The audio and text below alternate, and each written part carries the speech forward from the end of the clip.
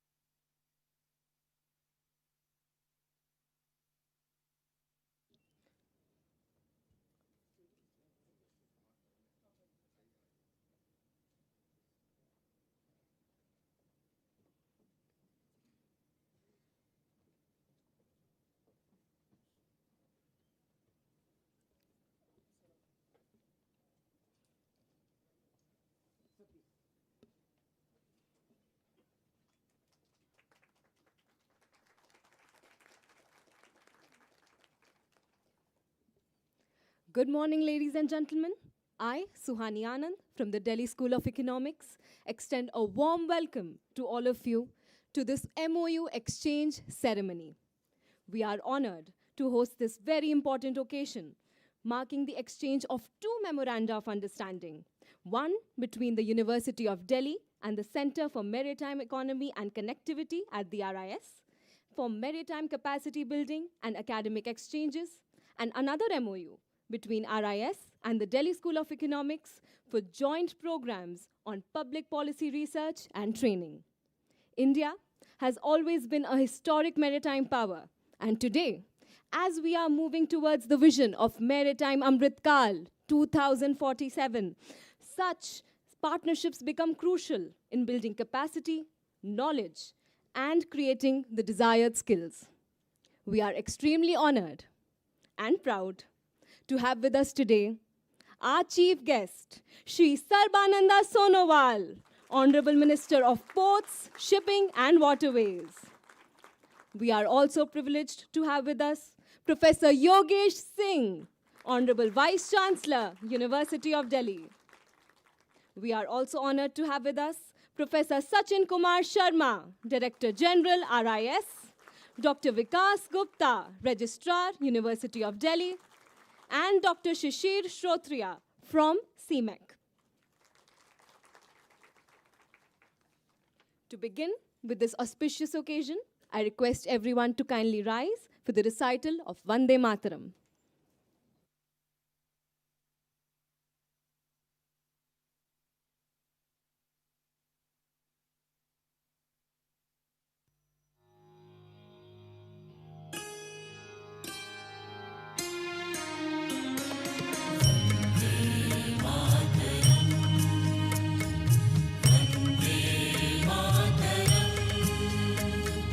सुजलां सुफलां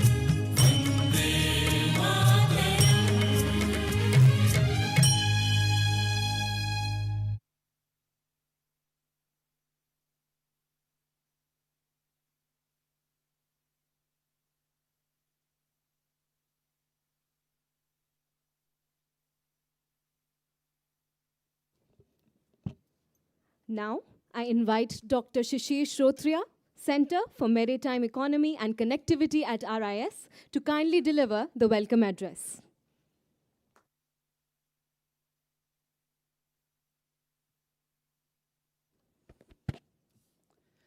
Namaskar, good morning, everyone. It's a great pleasure for us to welcome you all at this MoU exchange ceremony on maritime capacity building and the seminar on blue economy at a very distinguished place, the Delhi School of Economics.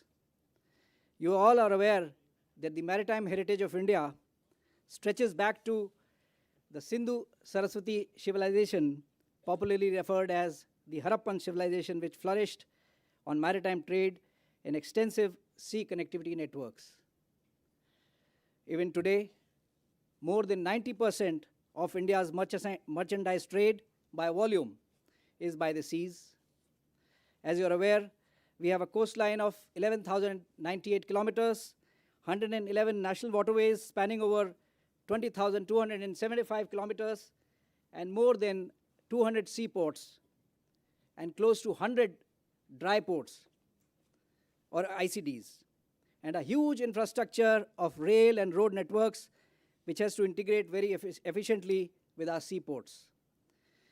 While India undertakes her journey from a developing nation to a developed economy, it is all the more significant for us to integrate these economic networks and logistical efficiencies. Capacity building, therefore, lies at the center pivot to transforming India in this journey, and strengthening maritime education forms the most significant part of developing an efficient maritime ecosystem. It is in this context these MOUs are very significant today. We are very fortunate that we have a very, very passionate leader amongst us, Honorable Union Cabinet Minister Shri Sarbananda Sonowal ji. He is driving this transformation of India. We are indeed very fortunate to have his gracious presence as chief guest today, and greeting him on this occasion is a great honor. Another passionate educationist and leader, Professor Yogesh Singh, Vice Chancellor, University of Delhi. He realizes the importance of the maritime domain and the blue economy, and it becomes all the more very important that he also holds the charge as Chairman AICT, and his support in driving technical education, research and innovation in the maritime sector is so crucial for Atmanirbhar Bharat. A big round of applause to welcome him again. We are also fortunate that the Center for Maritime Economy and Connectivity has been established by the Ministry of Ports, Shipping and Waterways at the Research and Information System for Developing Countries, RIS, which itself is more than a 4-decade-old organization researching on trade, investments, economic cooperation, technology development, and developmental cooperation for India. And we have Professor Sachin Kumar Sharma, Director General RIS, steering these works. It is also our proud privilege to be present here at the University of Delhi, established in 1922, which stands as one of the most consequential institutions of higher learning in India, a place that has shaped the intellectual, political, professional backbone of the nation for over a century. The university has given us prime ministers, Supreme Court judges, economists, scientists, writers, artists, civil servants, entrepreneurs, and industrialists. Although I am an alumni of IIT Delhi, but I like so many others, always look up in gratitude towards the University of Delhi alumnus, those who have left an indelible mark on virtually every domain of India's growth after independence. At the heart of this institutional legacy is the Delhi School of Economics, founded in 1949 and now one of the finest institutions of the world. Needless to mention, Delhi School of Economics is home to many towering intellectuals and leaders. A big salute and round of applause for the Delhi School of Economics and current director, Professor Ram Singh, and his team. Well, the gathering here and our presence will not be complete if we do not invoke one of the greatest son India has produced, Swami Vivekananda, on whose legacy these premises stand, the Vivekanand Hall. He is particularly celebrated as a timeless youth icon, and he said, "Arise, awake, and stop not till the goal is reached." Ladies and gentlemen, our present goal is to contribute in India's journey to Viksit Bharat, and today is an important milestone in this journey. Swamiji also said, education is the manifestation of perfection already in the man. Let us all manifest and strive for perfection in us. As they say, tat tvam asi, and I add, tat tvam asi samudrasya. You are as infinite as the ocean, and you have to realize your infinite potential.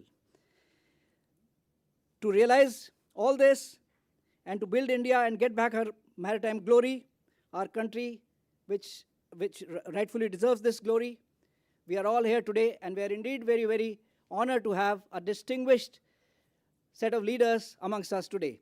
Thank you, and Jai Hind.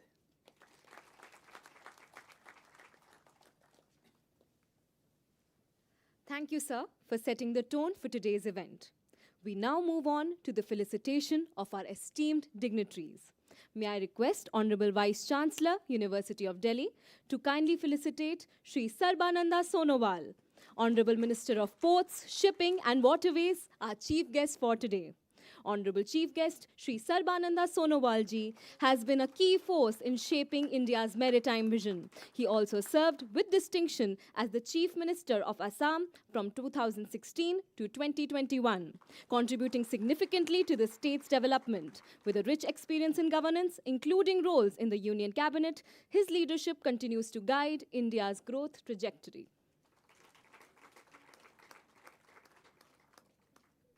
Thank you, sir.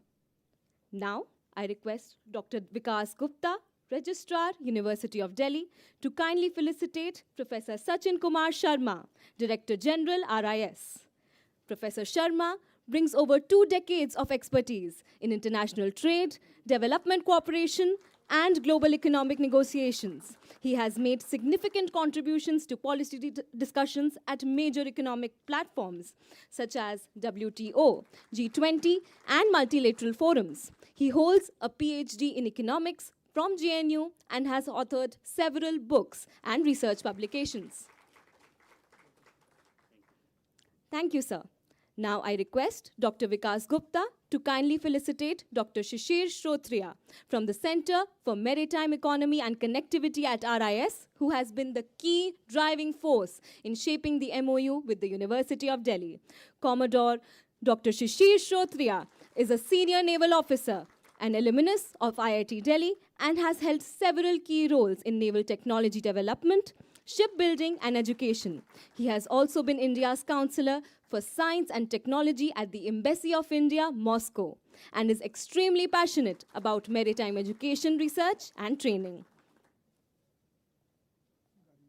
Thank you, sir. I now invite Professor Sachin Kumar Sharma, Director General, RIS, to address the gathering.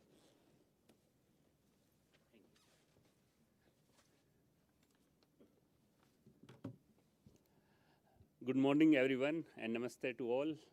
Thank you. First of all, I would like to thank our Honorable Minister, Shri Sarbanand Sonowal ji, our Vice Chancellor, Registrar, and thank you very much to all of you so that you are here as a part of this very important event. Thank you very much once again. And why this event is very important. Today we are going to do 2 MOU, Memorandum of Understanding. One is the CMAC at RIS with Delhi University, and the second is RIS with Delhi School of Economics. There are 2 very important MOU we are going to sign. And why these are important, I will come back on this specific topic. But before that, what is RIS? RIS is a think tank under the Ministry of Foreign Affairs. It's an autonomous think tank which was established in 1983. And we have more than, like you can say, 40 years of experience on various issues. We are working on trade, technology, maritime issue, then traditional medicine, and development cooperation. We have various centers within RIS. One of the very important center is the CMEC, and you know that nowadays if you open any newspaper, you will find that a lot of issues related to maritime issues or international trade issues is happening. And it has a lot of implication for Indian economy and many stakeholders across, you can say, sector. So this is an extremely important center, the CMEC, and we thanks Honorable Minister for supporting this center, the CMEC Center. Then we have ASEAN India Center, specific center where we are addressing the issue related to ASEAN specific issues. Another, we have very important center on traditional medicine. You know that traditional knowledge is extremely important component of economy. It's not only India, but also across. So that's how we are presenting India's narrative about traditional knowledge, traditional medicine through that center. And last, one of the most important center, we have Dakshin, which was started by our Prime Minister in 2023. And the main objective of this center is to present India's narrative to Global South, to take India's narrative to the outside. What are the best practices in India? What we are doing so that we can share with the Global South. And just to give you one specific figure, that we have MoU with more than 160 think tanks across 92 countries all over the world, and through which we are sharing the best practices. And this is how the RIS play an important role in economic diplomacy. Now, why this specific MoU, two MoU are very important? What I found that in India, and not only in India, but also in Global South, there is a gap between the policymaker and the academician. And many of you may have felt it over the period of time. And many academicians, they work very hard, but their suggestions are not going into the policy making. And then the other side, I also work with the policymaker. What they found that the academicians are not providing the kind of suggestion they needed. The gap is that because the information gap. And this is how the RIS is going to play a very important role. And here we wanted to work with all of you on maritime issues, on trade issues, and overall economic diplomacy. This is how I would like to provide RIS as a platform to all my younger students, the researchers, and also the faculty of Delhi University, so that we can move together and can bring effective outcome on many of these issues. And you know that as Commodore Shotri already had mentioned, that we have more than 11,000 kilometers of coastline. We have 12 major ports, more than 200 non-major ports are there. And maritime is extremely important, because if really we wanted to become Viksit Bharat, then we also have to ensure that our economy should be competitive. And for the competitiveness, this maritime sector, along with integrated logistic corridor, is extremely important, where the roads, railway, and the maritime, the sea route, play important role if we really wanted our economy competitive so that our export can increase and we can move towards the Viksit Bharat. And here the role of all the stakeholders is extremely important. I am doing my role to provide a platform with Delhi University, thanks to the Vice Chancellor, that he agreed for this MoU. And with this, now we have done our role, it's now your turn, that all young mind, all researchers, all faculty members come together and we will solve multiple challenges the economy is facing. And because there are multiple challenges, we need also multi-dimensional approach to address this. So we need economists, we need geography, we need commerce people, we need finance people, and this is how this multi-dimensional approach is needed. And even in the maritime, maybe some of you are thinking only this engineer are required. No, when we go deep into it, it's the multi-dimensional, it's the finance people needed, innovation, AI, economists. This is how we can address this thing. And if we keep working in silo, we are not going to impact much. And therefore, this MOU really, I think it's very important. And am I also privileged to be part of RS, to be part of or to ready to joint collaboration with Delhi University. Thank you once again. Thank you very much. Thank you.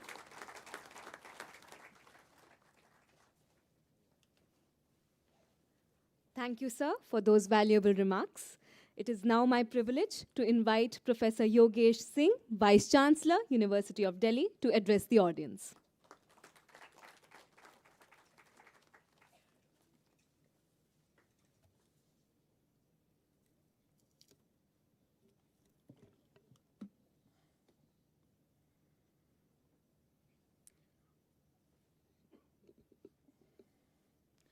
Namaste and good morning to all of you.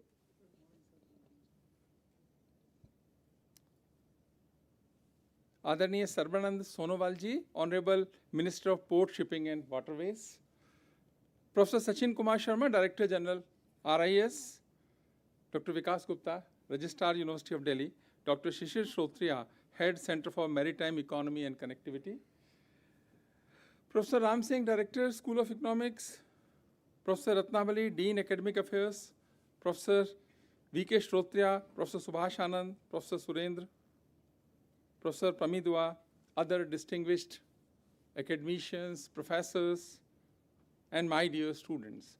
Good morning to all of you. Very good morning. As a Vice Chancellor of this university, I would like to welcome you all in Delhi School of Economics. And most of you are from economics, and this is one of the premier institutions of our country. And today is a very important day, where we are signing two memorandum of understanding, one with Center for Maritime Economy and Connectivity, and another with IRS. And after that, it will be followed by a seminar on a very pertinent, important topic, blue economy, its imperative for a Viksit Bharat. We are delighted to welcome Adarniya Sarbanand Sonowal ji, Honorable Minister of Port and Shipping and Waterways. We are deeply privileged for his august presence on this historic occasion. He is a performer. He is a performer, doer, and a very friendly person. Very friendly person. I met him many times, and he always, we discussed many things, and he inspired me. So I would like to quote for him a couplet of Anwar Shahoor, कि ये मत पूछो कैसा आदमी हूँ, ये मत पूछो कैसा आदमी हूँ, करोगे याद ऐसा आदमी हूँ. So our Honorable Minister is like that, कि ये मत पूछो कैसा आदमी हूँ, करोगे याद मैं ऐसा आदमी हूँ. Sir, your more than quarter-of-century-old political career is a lesson to it in itself for all of us. Not easy to perform for a very long period of time. He performed outstandingly when he was a Union Minister of State, Independent Charge, Ministry of Skill Development and Entrepreneurship in 2014, Union Minister of State, Independent Charge, Ministry of Youth and Affairs, the Chief Minister of Assam from 2016 to 2021, Union Cabinet Minister, Ministry of Port, Shipping and Waterways, 2021 onwards. Your profound wisdom and worldview have significantly impacted the functioning of the ministries under your control and the state of Assam when you were the Chief Minister of Assam. I am particularly delighted to note that University of Delhi has entered into the path-breaking two MoUs, CMEC and RIS, in a short period of few days. Both MoUs are important for not only because for further academic enrichment in the pertinent areas of maritime economy, but at the same time, it will encourage joint initiatives on public policy, dialogue, research, and capacity building. The MoUs with CMEC has been particularly important in some of the areas defined in the MoUs. One is the promoting maritime capacity building and skill enhancement programs, collaborative research projects, joint conference and seminars. And in Delhi, when we are studying in Delhi and thinking about the maritime, thinking about the ocean, it is too far for us But yes, this MOU will provide opportunity to our students to visit there, to see, to experience some of the issues and challenges of the maritime trade, maritime economy, and other such areas. And the MOU signed with Delhi School of Economics and RIS gains importance as it endeavors to promote cooperation in the areas of policy-oriented joint research on trade, investments, finance, technology, and other mutually agreed domains. As we all know, India is the one of the oldest civilization of the world. More than 6,000, 7,000, 8,000 years old, we really do not know. But at least it is more than 6,000, 7,000 years old civilization. And India was a developed economy for thousands of years. Primarily, our economy was based on the maritime trade, and we were the leaders in maritime trade. We have many, many golden stories to share. Our dominance over the centuries, which has transcended through the eras of various political dispensation in ancient, medieval, and modern India.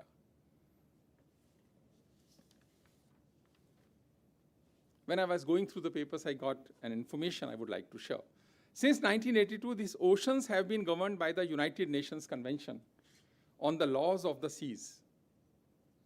The convention has now been ratified by 168 countries, but one country has not signed still, America. I don't know why are they not signing it, but they have not signed it for so many years. And now what is happening in the world, where one side is American side.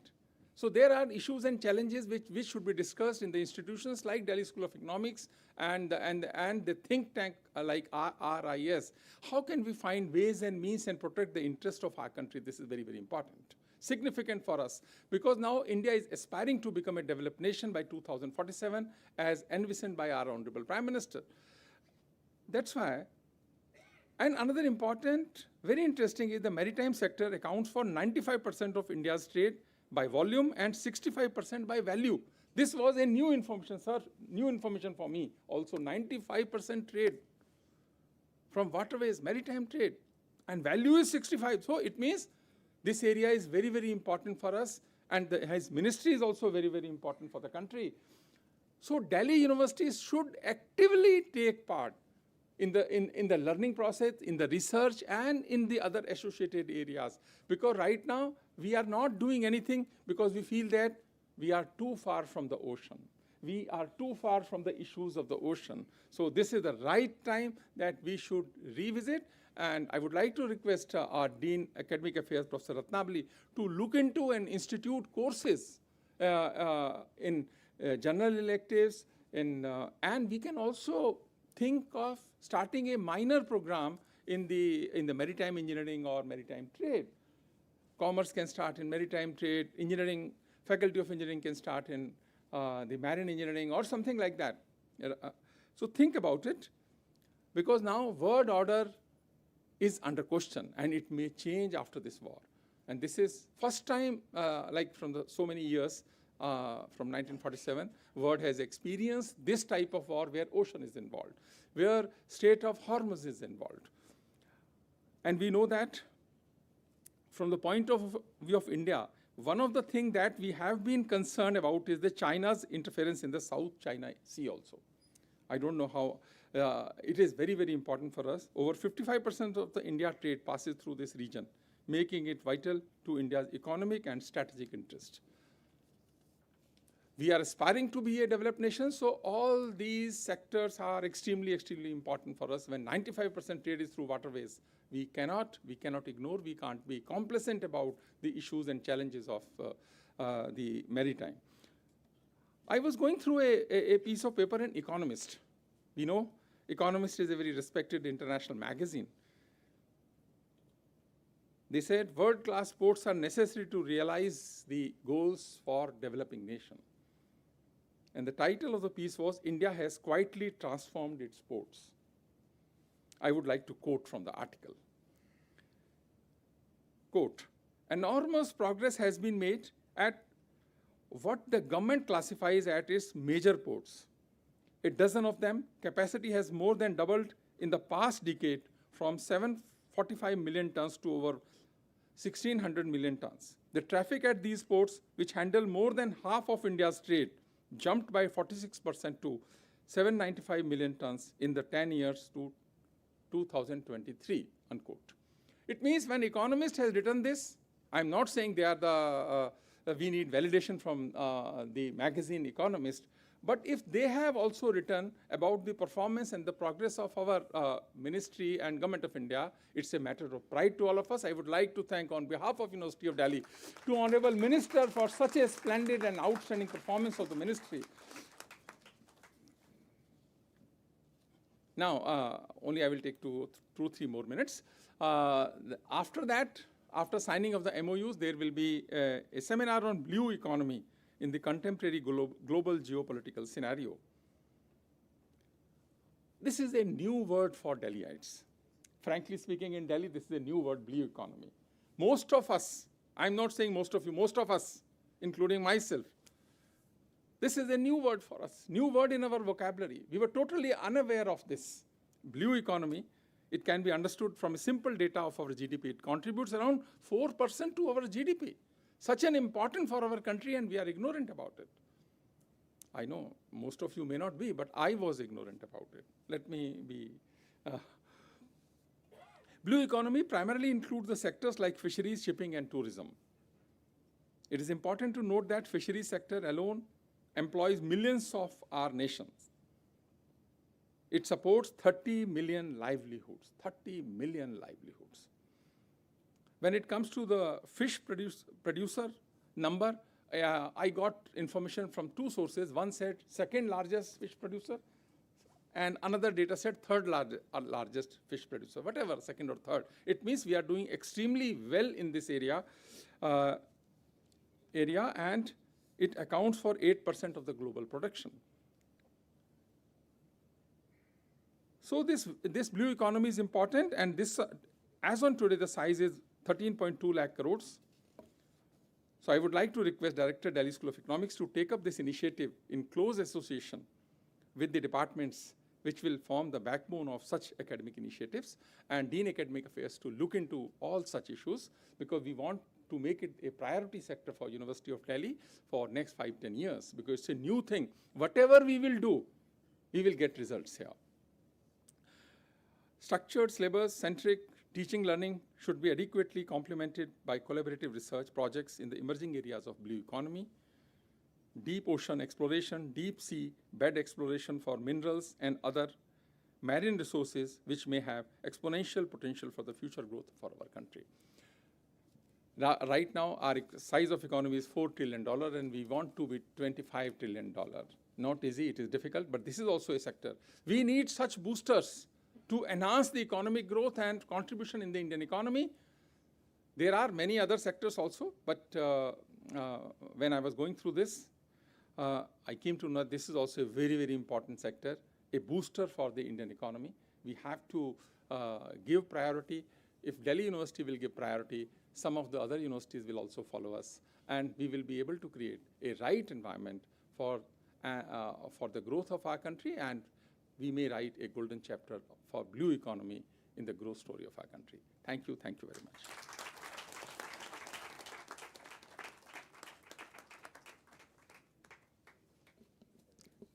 Thank you, sir.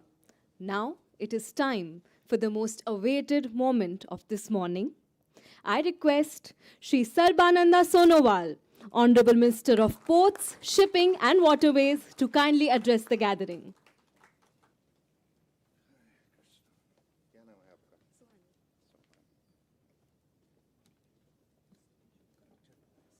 कौन सा ये ठीक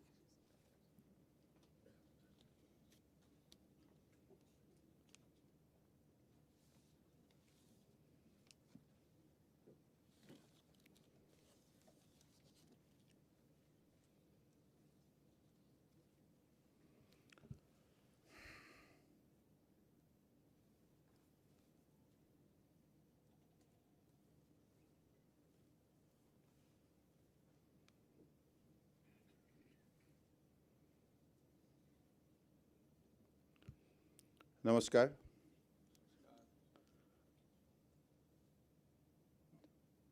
this particular occasion is very important for my ministry as well as for the country.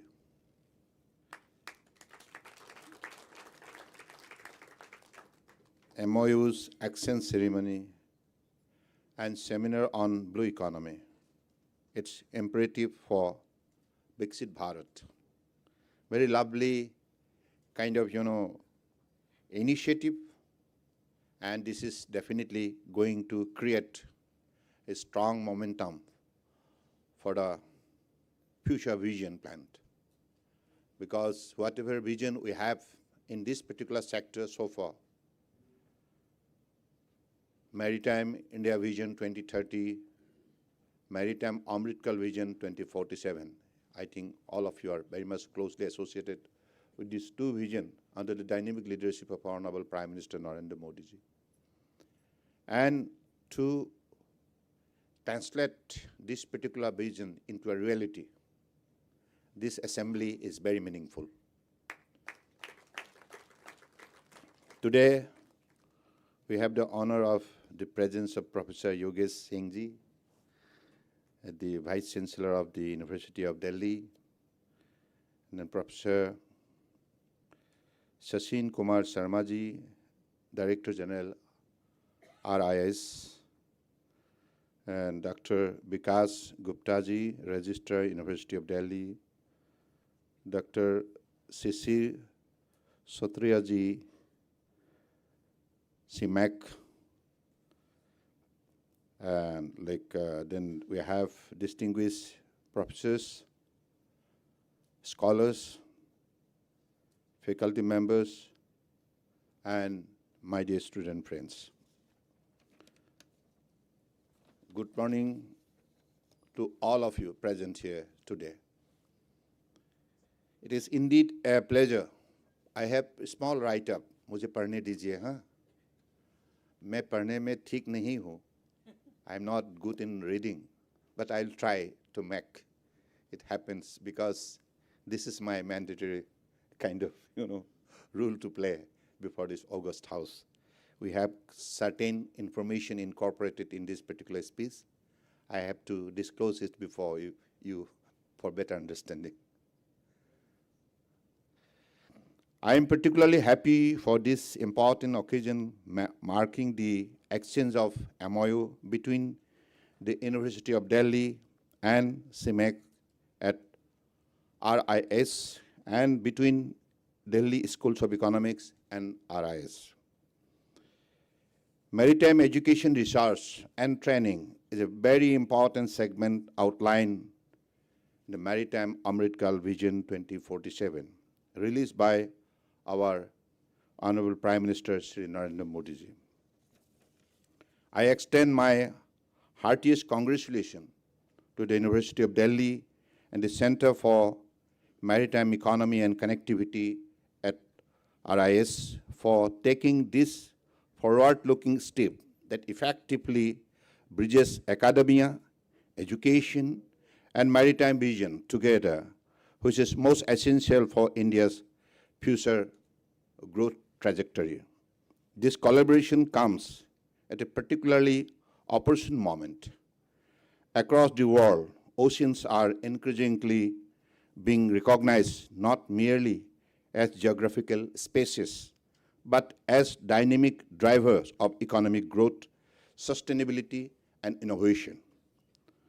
For a maritime nation like India, with a coastline over 11,098 kilometers, 111 national waterways, and a strategically advantageous position along major global trade routes, the blue economy, which encompasses the maritime sector, is not just an opportunity, it is a national imperative.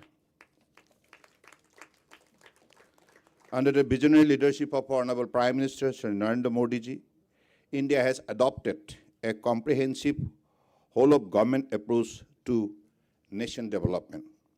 This approach recognizes that the maritime sector extends far beyond ports and shipping. It encompasses logistics, inland waterways, maritime finance, shipbuilding, and many other professional maritime related services besides serving the coastal communities. It is this integrated and coordinated framework that is driving India's maritime transformation. Involvement of scholars and youth like you is essential to create a world-class education, research, and training in India.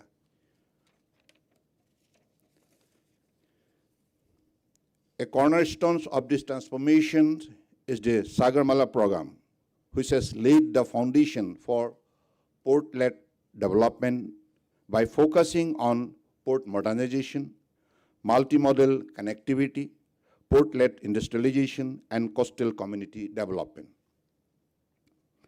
Complementing all this is the Maritime India Vision 2030 and Maritime Amritkal Vision 2047 that charts our long-term ambition for establishing India as the top maritime nation in the next 21 years.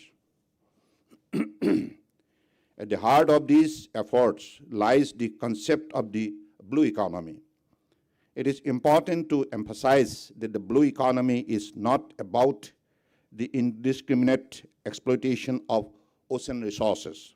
Rather, it is about the sustainable and responsible utilization of ocean, coastal, and marine ecosystem to drive economic growth, generate livelihood, while ensuring environmental protection. It encompasses a wide range of sectors, including fisheries, maritime transport, offshore renewable energy, marine biotechnology, and coastal tourism. Sustainability remains a central pillar of our maritime strategy. Initiatives such as the Harit Sagar Green Port Guidelines and the Green Targ Transition Program are enabling our port to transition towards a greener and cleaner operation. The first indigenously built 1 megawatt green hydrogen power plant at the Dindal Port, Kandla, Gujarat, was inaugurated by me in the July last year. It reflects a new benchmark for implementation in India's green hydrogen ecosystem. These efforts are aligned with India's broader commitment on climate action and demonstrate our resolve to ensure that economic development proceeds in harmony with environmental stewardship. The digitization of ports, deployment of smart infrastructure, and adoptions of advanced technologies are enhancing efficiency, reducing logistic cost, and strengthening India's competitiveness in global trade. These developments are also opening new avenues for research, entrepreneurship, and high-quality employment for our current generation. In this evolving context, the importance of maritime education and skill development cannot be overstated.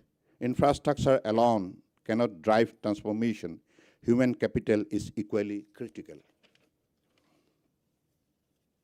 Recognizing this, the Government of India has undertaken sustained effort to strengthen maritime education, training, and capacity building. India's progress in seagoing workforce has been significant and measurable. The number of Indian seafarers has nearly tripled during the last 12 years.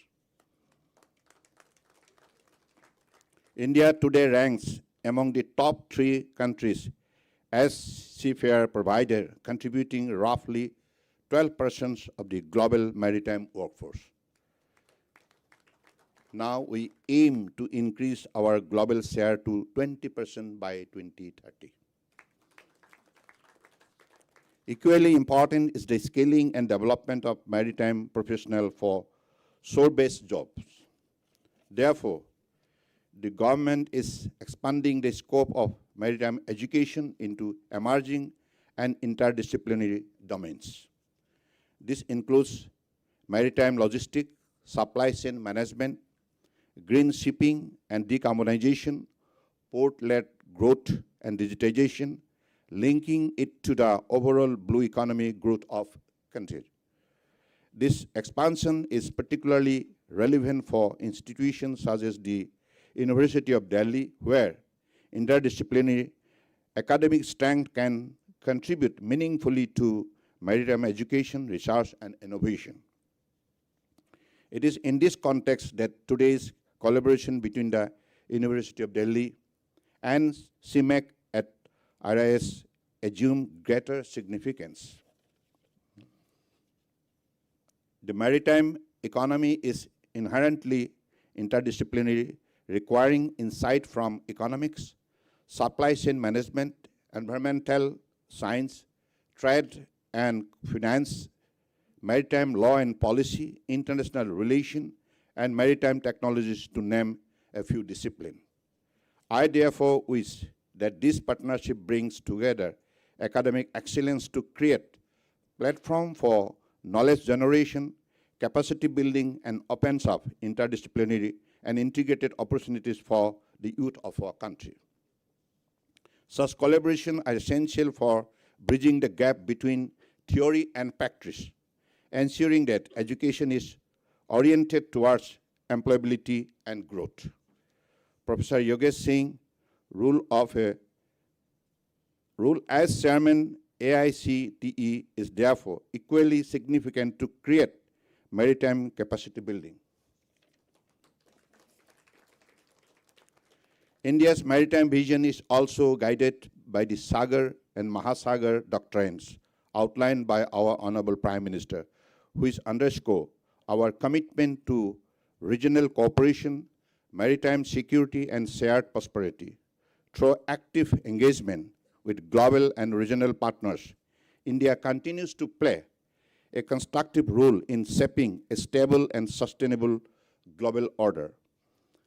And I know the University of Delhi and institutions like the Delhi Schools of Economics have given great leaders who have helped India play this important role. Ladies and gentlemen, as we move towards the Viksit Bharat, the maritime sector will play as even more transformative role in driving India's economic growth, trade, competitiveness, and sustainable development. Major ports have collectively handled 915.17 million tons of cargo during financial year 25-26, surpassing the annual target of 904 million tons. This marks a year-on-year growth of 7.06%, reaffirming the sector's strong recovery, enhanced efficiency, and sustained growth trajectory. During 2025-26, overall capex by the Ministry of Port Shipping Waterways and its attached organization was to the tune of 14,953 crores as against 9,708 crores during 24-25. इसमें भी एक हाथ ताली होना चाहिए. ये मामूली growth नहीं है, 9,000 से 13,000 तक.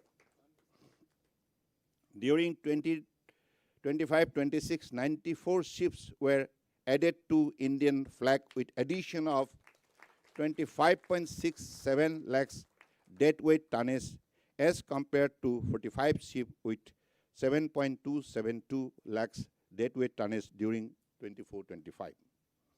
Ministry of Port Shipping Waterways organized India Maritime Week 25 in Mumbai. The global event was tremendous success and saw extensive participation with over 100,000 delegates, 500 plus exhibitors, 350 plus international speakers from over 85 countries. Participation focused on showcasing India's blueprint for its blue economy and securing investment in Indian maritime sector. Investment commitment at India Maritime Week 2025 reached up to 12 lakhs crore.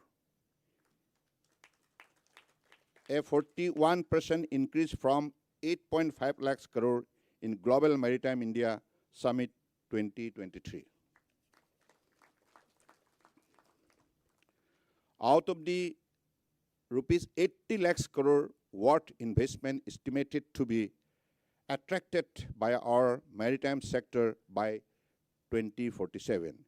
In just 2 years from 2023 to 2025, we attracted investment worth over rupees 20 lakhs crore, showing the immense potential in India's maritime sector. Employment opportunity to the tune of 1.5 crore is expected to be generated as a result of this new investment. The blue economy, with its vast untapped potential, will be a key pillar of this growth journey. It is in this important segment I urge the educator and students that do not treat these MOUs as just formal agreement. Give them your commitment, give them your ingenuity to create innovative solution, and give them your hard work to see that you participate in India's growth story. In conclusion, I would like to once again compliment the University of Delhi, CMAX, and RIS for this important initiative. So with this, I believe this particular meaningful event will be well understood and also well capitalized for the future faster growth of our country. Because in our sector, particularly सागर से बहुत दूर, ऐसा नहीं होना चाहिए. सागर हमारा करीब में है. चाहे बंगोपसागर हो, अरब सागर हो, भारत महासागर हो. सागर के जरिए हिंदुस्तान ने तरक्की की है सदियों से. और हमारे जैसे भाई चंचल साहब ने बताया, 5,000 साल पहले हम मैरीटाइम नेशन के हिसाब से पहला स्थान में हमारे पोजीशन हमने बनाए थे 5,000 साल पहले. Whether it is shipbuilding, whether ship repairs, and also the maritime voice, in every sector India was to be on top.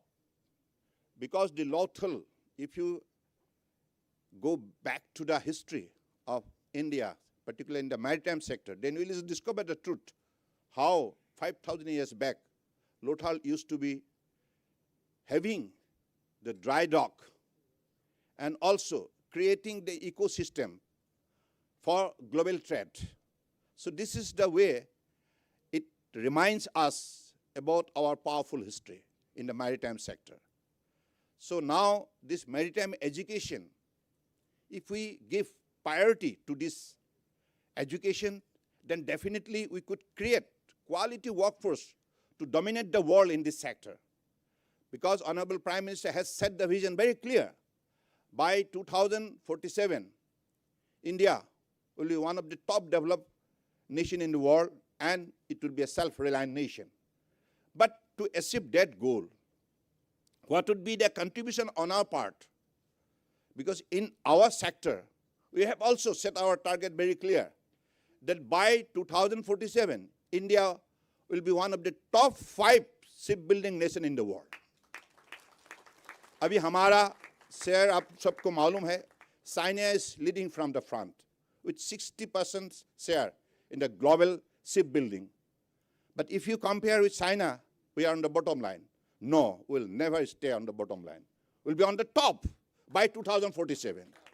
So that's the aggressive vision we have set very clear. So that's why young generation, please come forward and pursue this particular education, maritime education, training and research.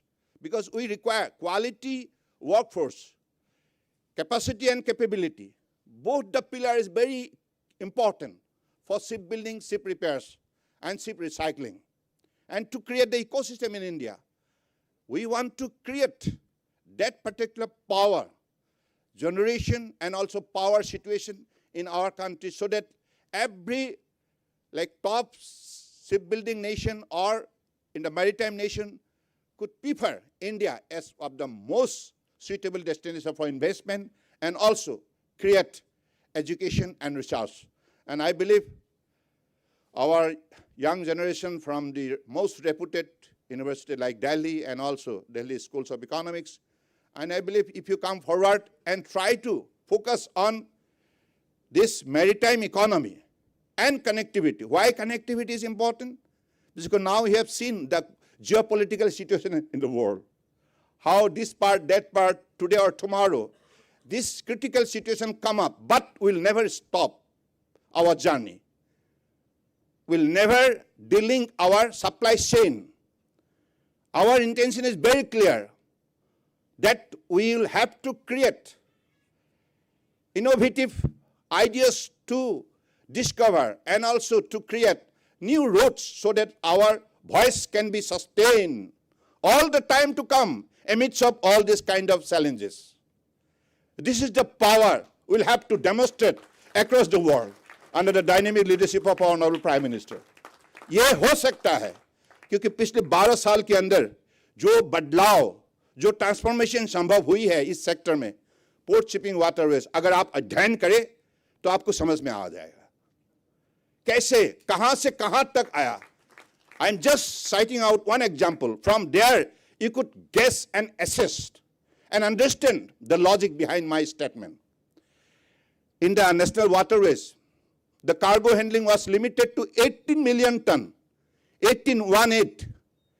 Now, because of the transformative initiative and accurate policy and program and dynamic leadership of Honorable Prime Minister, in the national waterways, the cargo handling capacity in just 10 years' time, it went up to 145 million ton.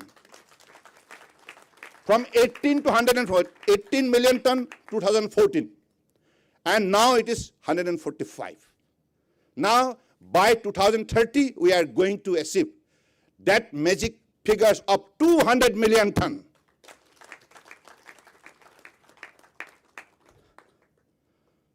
Reform, perform, and transform. That's the principal line.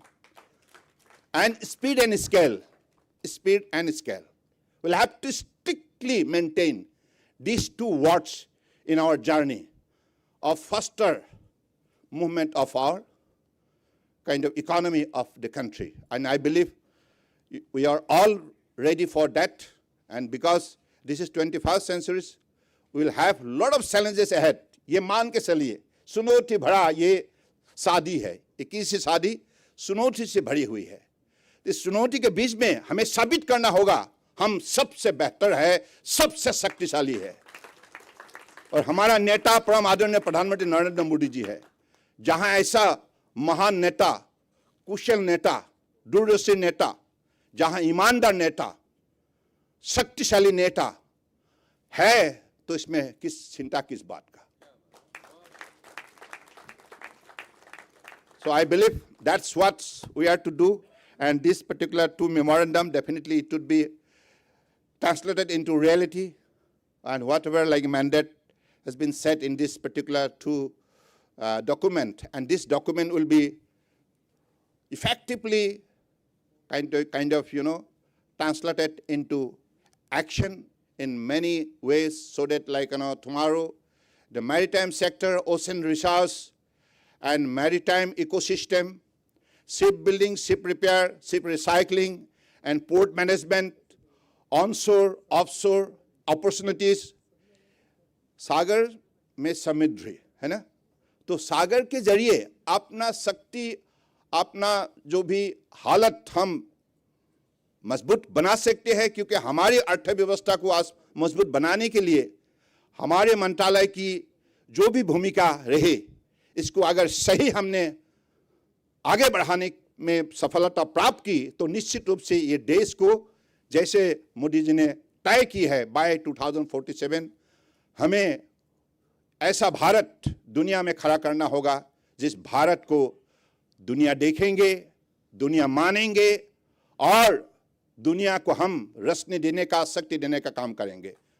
तो मुझे लगता है कि इसी भारत निर्माण के लिए हम ये विकास यात्रा में हम सब शामिल हो जाए, उसी भावना शक्ति से, क्योंकि हमें तो इस प्रतियोगिता में जितना ही होगा पहला स्थान लेना ही होगा। कंपटीटर शायद हमारे सामने कौन है क्या है इससे हमें कोई परवाह नहीं।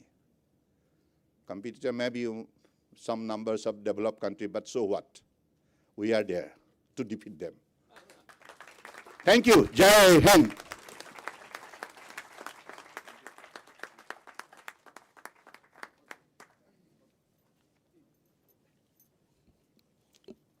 Thank you, sir, for your inspiring address. We now move to the exchange of Memorandum of Understanding. For that, I invite Professor Ram Singh to come on stage. Today, two MOUs will be exchanged between the Registrar, the University of Delhi, and Director General RIS. And I request everyone present to please come forward for this exchange.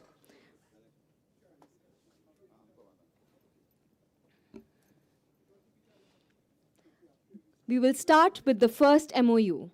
The first MOU between University of Delhi and CMEC aims to promote capacity building, academic collaboration, research incentives, and skill development for the maritime sector, aligned with the vision of Maritime Amrit Kal 2047.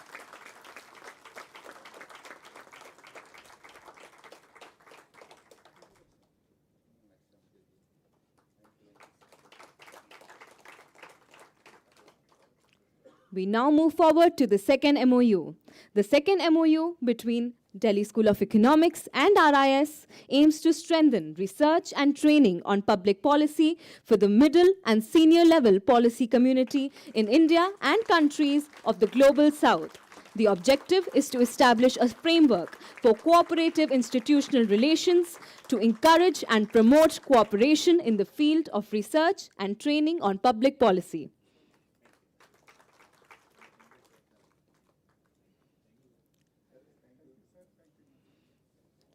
Now, Director General RIS will present gifts to our esteemed dignitaries as a token of gratitude.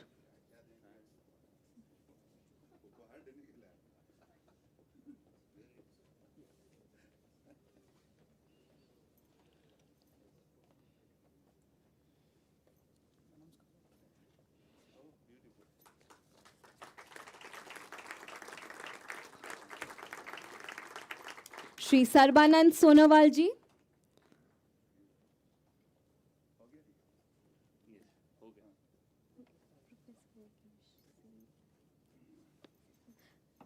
Professor Yogesh Singh, Honorable Vice Chancellor, University of Delhi.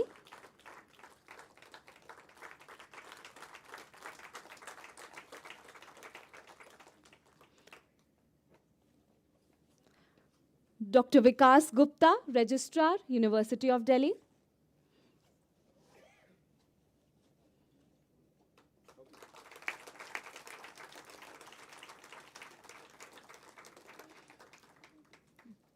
Professor Ram Singh, Director, Delhi School of Economics.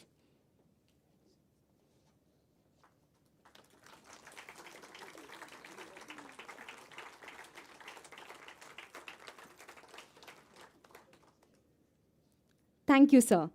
May I now request the dignitaries for a group photograph?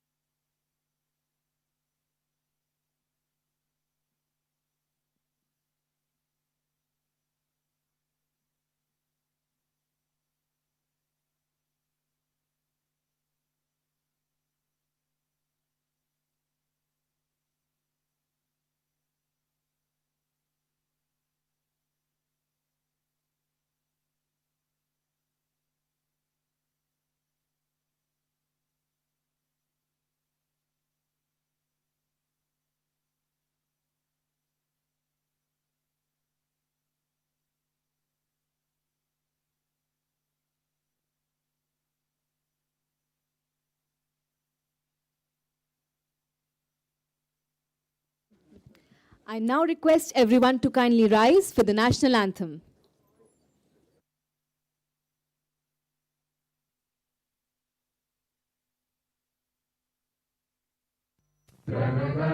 अधिनायक जय हे भारत भाग्य विधाता पंजाब सिंधु गुजरात मराठा द्राविड उत्कल गंगा विंध्य हिमाचल यमुना गंगा उत्कल जलधि तरंगा तब शुभ नामे जागे तब शुभ आशीष मांगे गाहे तब जय गाथा जन गण मंगल दायक जय हे भारत भाग्य विधाता जय हे जय हे जय हे जय जय जय जय हे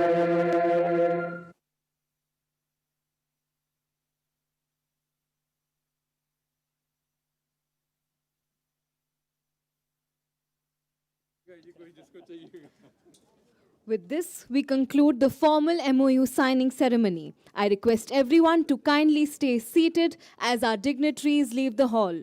We shall begin with our next session shortly.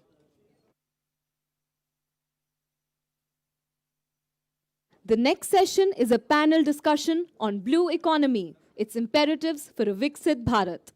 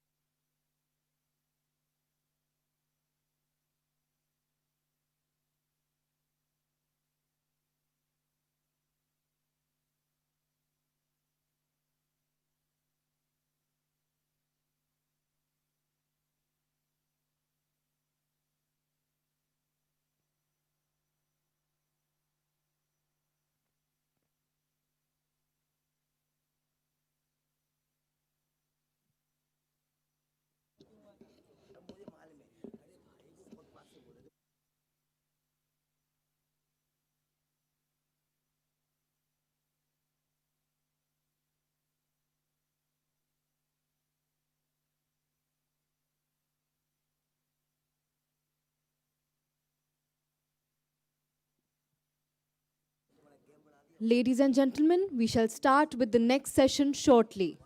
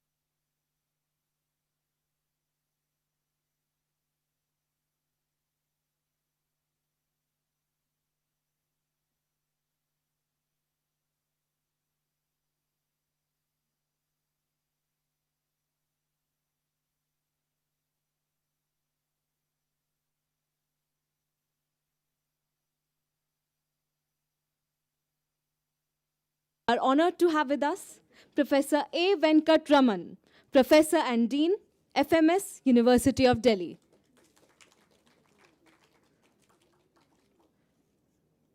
Dr. Raman Murthy, Mission Director, Deep Ocean Mission.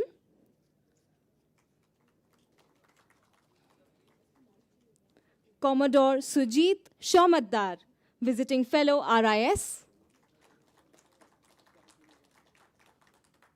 And Dr. George E. Thomas, who has recently superannuated from the Insurance Institute of India. This discussion will be moderated by Professor Ram Singh, Director, Delhi School of Economics.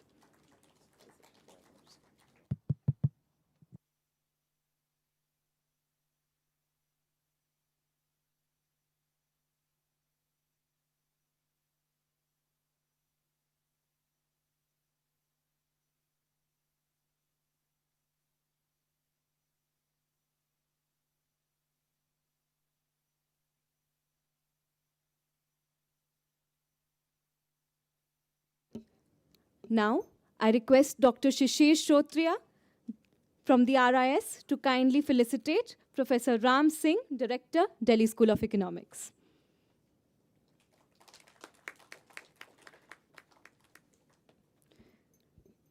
Professor Ram Singh, Director of the Delhi School of Economics and Delhi School of Public Policy and Governance, is a distinguished economist with over 2 decades of experience in research and policy. His research spans public economics, regulation, and development with publications in top international journals. He currently serves as a member of the Monetary Policy Committee of the Reserve Bank of India, contributing to key national economic policy making. Now, I request Professor Ram Singh to felicitate our distinguished panelists. We start with Professor A. Venkat Raman. He is a professor and dean at FMS University of Delhi. He is a distinguished expert in HRD and health policy. He holds a PhD from FMS and has received advanced training from Harvard Business School and the World Bank Institute. His work focuses on public-private partnerships in healthcare to improve access for the underserved, with advisory roles for organizations like the World Bank and WHO. Thank you, sir. Next, we present the memento to Dr. Raman Murthy. Dr. Raman Murthy, Mission Director of the Deep Ocean Mission, is a leading expert in ocean engineering and coastal research.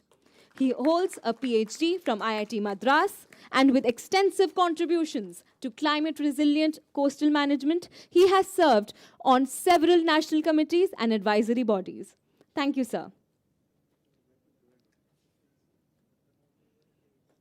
Next, we present the memento to Commodore Sujit Shaumadar, Visiting Fellow, RIS. He is a decorated naval officer and recipient of the Nausena Medal. He is a distinguished expert in defense and maritime strategy. He served in the Indian Navy for nearly 3 decades, commanding multiple warships. He later held senior advisory roles with Niti Aayog, Tata, and other organizations. He is the founder of the Society for Aerospace, Maritime, and Defense Studies. Thank you, sir. Next, we present the memento to Dr. George E. Thomas, former faculty, Insurance Institute of India. Dr. George E. Thomas, founder and managing partner of Tesseract Research LLP, is a leading expert in insurance, disaster risk financing, and policy design. Formerly a professor at the Insurance Institute of India, he has contributed extensively to insurance regulation, climate risk, and micro-insurance frameworks. Thank you, sir. Now, I hand over the mic to Professor Ram Singh. Thank you. Thank you, Suhani. I welcome you all to the panel discussion on a very important issue, blue economy and its imperatives for a Viksit Bharat by 2047. On this panel, we have highly distinguished individuals who have excelled in their respective domains. We have Professor A. Venkat Raman from Faculty of Management Studies, University of Delhi. We have Dr. Ramanna Murthy, Mission Director, Deep Ocean Mission. We have Commodore Sujit Majumdar, Visiting Fellow at RIS, and Dr. George Thomas, former Professor, Insurance Institute of India. These individuals bring a very diverse perspective with rich understanding on the topic of blue economy, maritime economy. We can look forward to a very exciting session. Our panelists would like to make presentations. So first we will start witnessing, saying presentation by Dr. Ramanna Murthy. Other panelists also have presentations made, but Professor Venkataraman, you are not planning to make a presentation. So by way of logistics, I suggest that while 3 presentations being made, we can shift to the audience for better visuals. And once 3 presentations are made, we come back. So we are going to be on a tight timeline, partly because we have had very exciting inaugural session. and we are still recovering from that sense of excitement. We are going to complete the panel discussion in 1 hour from now. I suggest that panelists complete their presentation in 13 to 15 minutes so that we can complete the panel discussion in time. So if you can complete presentation sooner, that will be much appreciated, but 15 minutes maximum. So.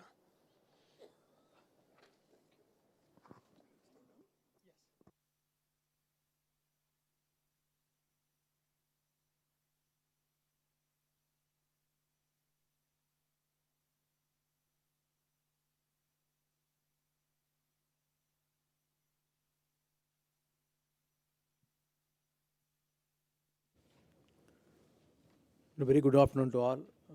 First of all, I thank Delhi University, most importantly RIS. I think Dr. Sisir, who has called me here for this today's meeting.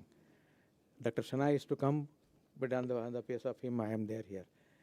And thanks to Chair. I think I have met Chair first time in Trivandrum. Happy to see you again here in Delhi University. So that time I am hearing much about Professor Ram Singh, but now I'll be seeing him directly in his own university itself. That was my first talk when I did it in Trivandrum. It is always good to work with economists. Basically, I'm an engineer. So when today in this contest, suppose if you start looking at, especially on the blue economy, I did my urban planning from September.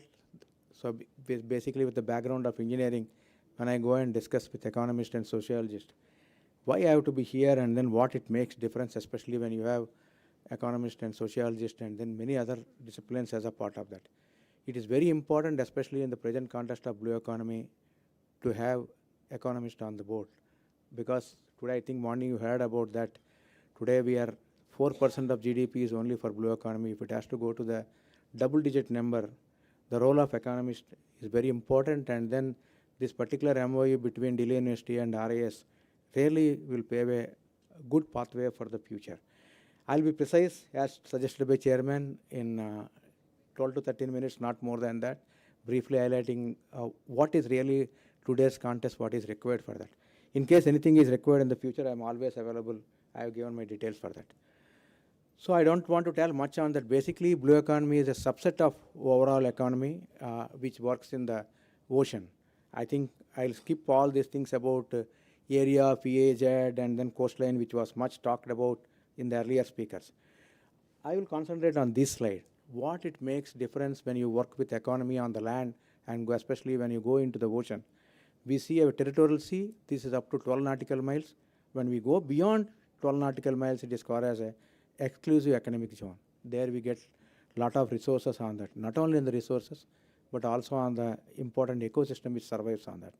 When you go beyond 200 nautical miles, you have another set of minerals, but also the trade and all plays a very important role, especially when you go beyond that.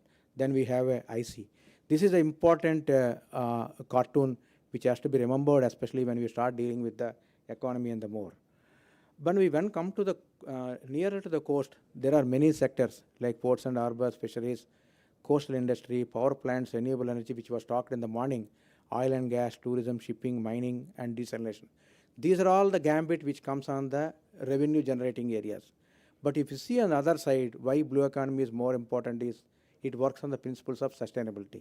That means you have to conserve your resource for the future, either ecosystem or the resources. We have wetlands, estuaries, lagoon, mangroves, corals. What we do, all these things is a marine protected area. That means conservation principle is important for that. We have a coastal areas, coastal states 9 and UTs 4 on the system for that. Now coming to the, I think this was a slide, I think Dr. Sisoria has asked about that. I think even though we work on that, how Honorable Minister has told about waterways plays a very important role, especially logistic alternative for that. If you look at, not now, maybe when British time, there was a canal called Buckingham Canal which connects from the, in Andhra Pradesh, Kakinada to Chennai. The only way of transport is only through the waterways. They use that, but now totally we killed that. Now again, we are coming back to the system of improving the waterways for that. It is going to be one of the game changer for that. Not only on that, if you improve these waterways, it also improves the ecosystem which survives on that. So it got a multiple benefits if you improve the waterways, especially on that.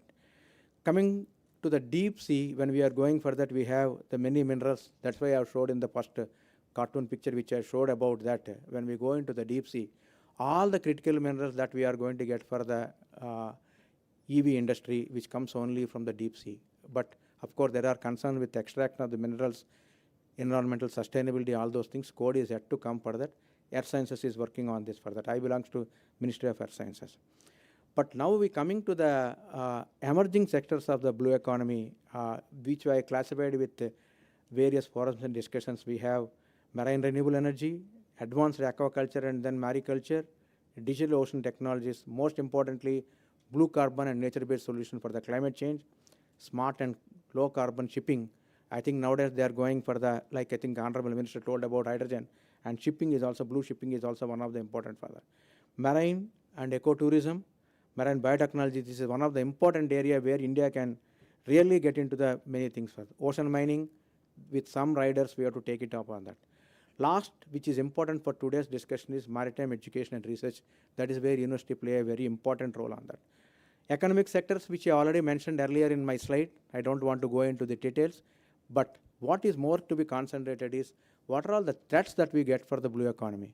One is marine pollution. Whatever we do, extra leverage that is going to pollute many of the waterways, we need to conserve that.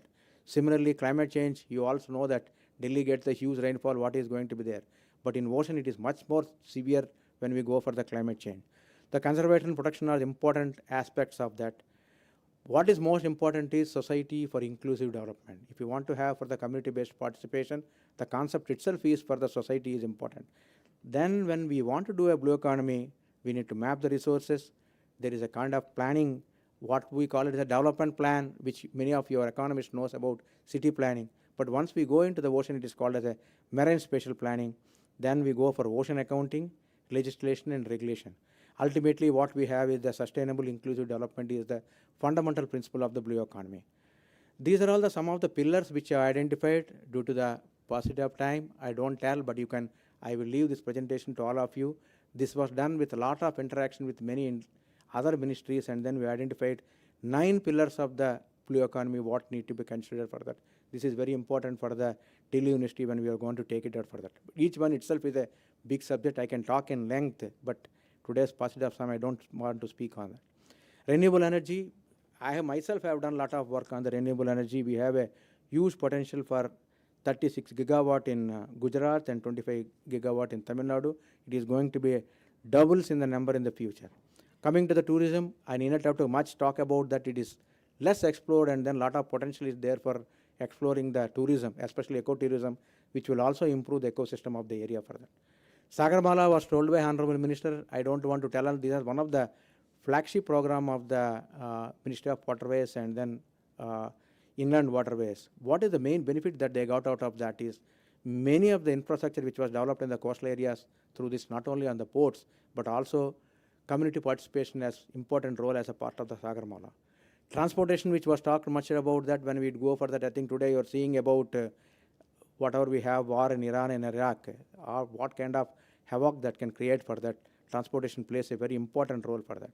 Now I'll come back to the final stage. When we go for the planning, originally we started with the development plan, then there is a coastal zone management plan into the sea. Now it is a marine spatial plan that is going much deep into the sea for that. Economist knows about the development plan. That time we used to consider only 2, economy and society. But now for blue economy, ecology plays a very important role for that. Then it is a subset of that. While doing all this analysis, we need to do activities, pressures, and then conflict and synergies to be identified, cross impacts to be analyzed for that. We have developed a matrix for analyzing all these things. How do we do if we want to really plan for that? Now I'll come to the important policy instruments for the blue economy. One side we have a economic development, social and cultural consideration is important for that. Ecology conservation is one of the key elements of that. So what we need to do, have enabling finance and enabling policies as a part of that. Marine spatial planning and ocean accounting plays a very vital role, and then this can be expanded more and more in detail if you want to do for the course for that. This is the sea level rise, which you can see from here. When we want to attack a disaster, what is going to happen on the past. If I go back, this I think most of you people know about the gateway of Mumbai. In case if there is a climate change, what is going to happen? We already started seeing on that. it is going to be more serious in the future for that. Similarly, if we want to recover from the disaster, we need to do a lot of economic analysis. That is where how we respond to the, especially when we have a disaster, we need to do a cost-benefit analysis, especially when we are doing it for that. This is where economists plays a very important role in terms of cost-benefit analysis, and also for the amount of that investment we make on the infrastructure to recover without damaging the complete system on the post for that. And finally, we incorporate all these things in the regulations and then see how do we put all these elements as a part of that. Ultimate goal is only to restore the ecosystem back to the normal system and then see how do we conserve and then restore that. And finally, coastal resilience plays an important role if you want to survive in the long run for the next few all your young generation for that. Pollution, very important. These are all some of the pictures to show you how it can damage and then get the entire ecosystem out of the system, and you will not, we are talking about the fisheries. Suppose if pollution is there, you don't get the fish catch in the deep sea, all of you will have a problem for the, if you don't manage the pollution for that. Finally, we need to have a research policy and investment. Education and training and capacity building are important component for that. I'm handled Deep Ocean Mission from the Ministry of Earth Sciences. This is a pilot project of the blue economy. There are 6 verticals on that. One vertical deals with the development of manned submersible like Chandrayaan will be sending 3 people to the 6,000 meters into the deep into the sea. That is the technology what we are going to do. I already talked about ocean climate change advisory services. If climate change, how it happens for that.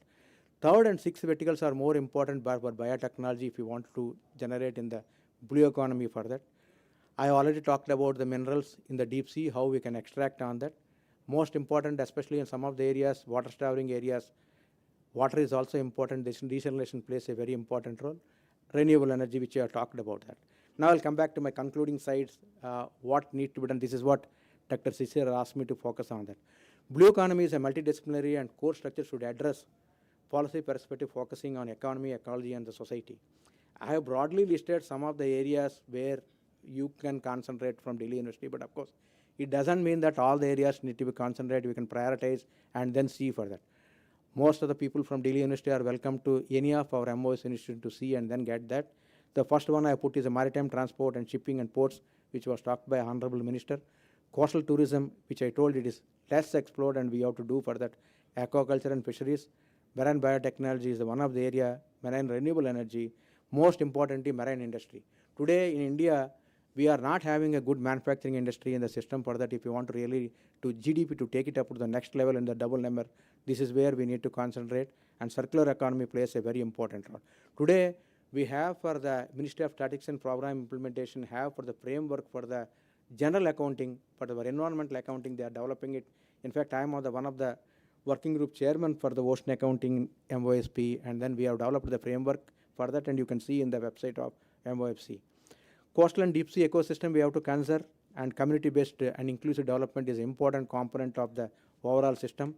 Climate change has to be taken. This is a threat which I already mentioned about that, marine pollution. Last but not the least, ocean governance policy and environmental sustainability is important, where RIS plays a very important role. Not only that, suppose if you want to really take a blue economy in the next step, blue finance and institutional framework is also important. World Bank is working on that. I also work with World Bank on blue finance, what mechanism to develop. Last part is international law and regulations. This is where RIS plays a very important role for that.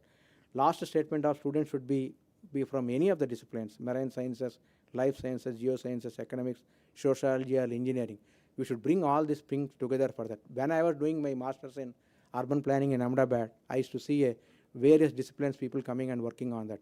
That is where blue economy, what is required for that. And this is only a initial thoughts, because time given to me is short. We can discuss a lot on that. And then finally, what we wanted to build for future generation is stressed ecosystem to the biodiversity rich ecosystem, where future generation can enjoy the benefit from the ecosystem, and then what we have for the climate change. Thank you.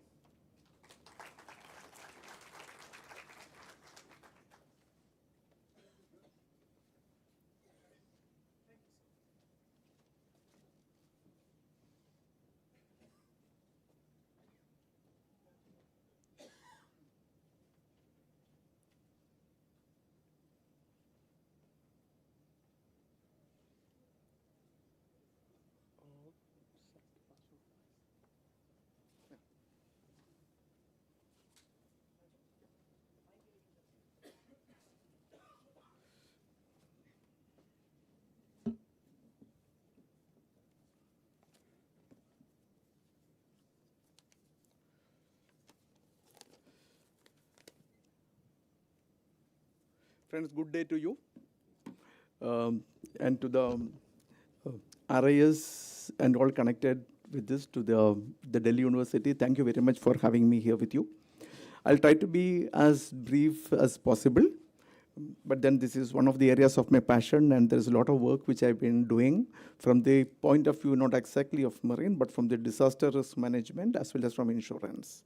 On this area, worked with by UNDP, with the World Bank, and various other organizations of report that like the GIZ, apart from national organizations. So there is lots which I feel to talk, but I will try to restrict myself. And this is the word which we are using over here. The blue insurance is something which is as unheard of as to most of you. It is similarly unheard of within the insurance industry also. So this is within India.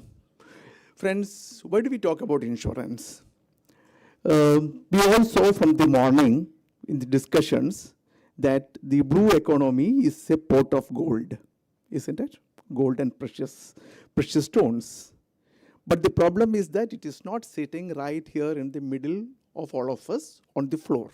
If it was there, we could have quickly gone and picked it up. It is hanging somewhere up.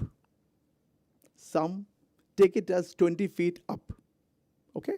20 feet up above you, there is a pot of precious stones hanging. It is there for you to pick it up. How many of you will jump and pick it up? Will try to pick it up? Yes, there are very, very few hands which go up. Why the others did not raise their hands? Yes, 20 feet high is quite some height. You might fall and break your legs, right? Supposing I put 4 strong people down there holding a safety net and assure you that nothing will go wrong, we will catch hold of you if something goes wrong. How many more will be there to try? Yes, more hands are coming up. Yes, this is the difference which insurance makes. Unfortunately, we don't know much about insurance, and all we know is courtesy to the life insurance corporation agents who have met our parents once upon a time and told us, you please take one insurance policy in your child's name. That is, of course, that is a big segment of the insurance industry. But what is exciting, what is important about this is this. And when do we need this safety net? When people are ready to jump. When at least 2-3 people are ready to jump and get that benefit, we need more people to come in to make the country strong, to make the economy strong. For that, we need a safety net. So insurance is a follower. When it is a follower, it is an enabler. And the most exciting part for you students is, as of now, these systems are not there in India, many of them. There are only some. Because if nobody is jumping, there is no need of a safety net. Now the government is thinking of a situation where more and more people can come into this and do something. Here we need to have safety net, and this safety net is left to your imagination. That is the exciting part of it. And for that you need people who know about shipbuilding, about the coastal architecture, about the way the communities work, about several things, several other disciplines. We need legal people, we need doctors, we need just everybody. Every branch of knowledge is required to make the new innovations. And this is something which is going to make a sea change in this entire segment. With this opening thing, I'll just get on to my presentation.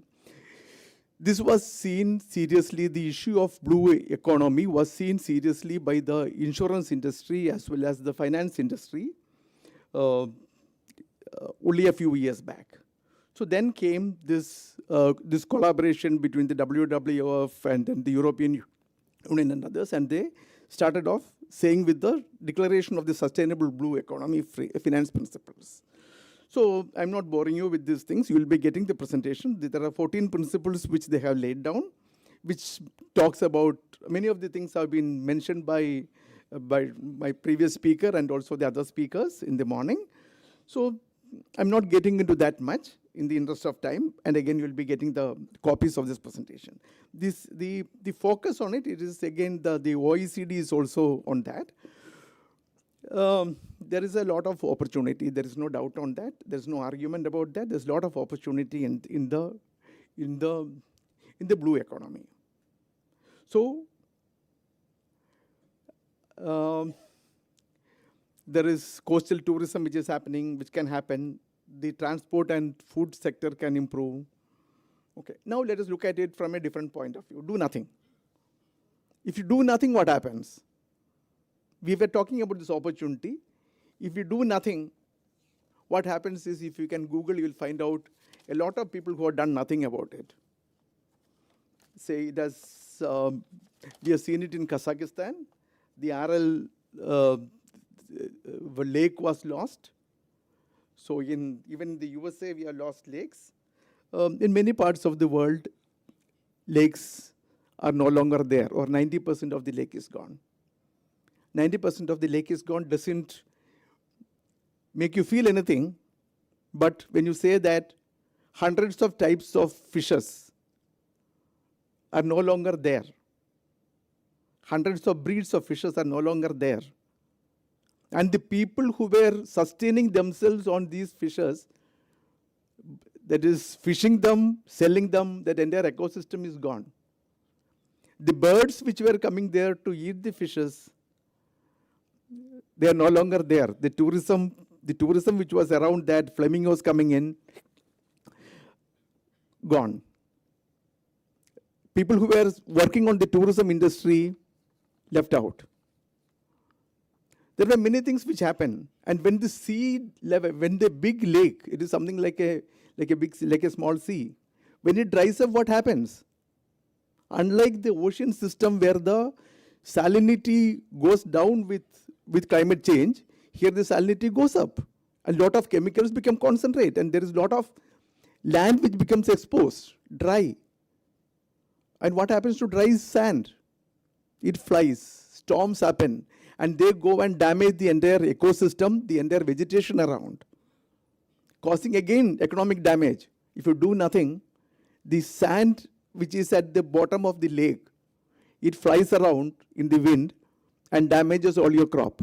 We have seen that in different parts of the world. I'm not getting into the details of which country what. So it affects in multiple ways.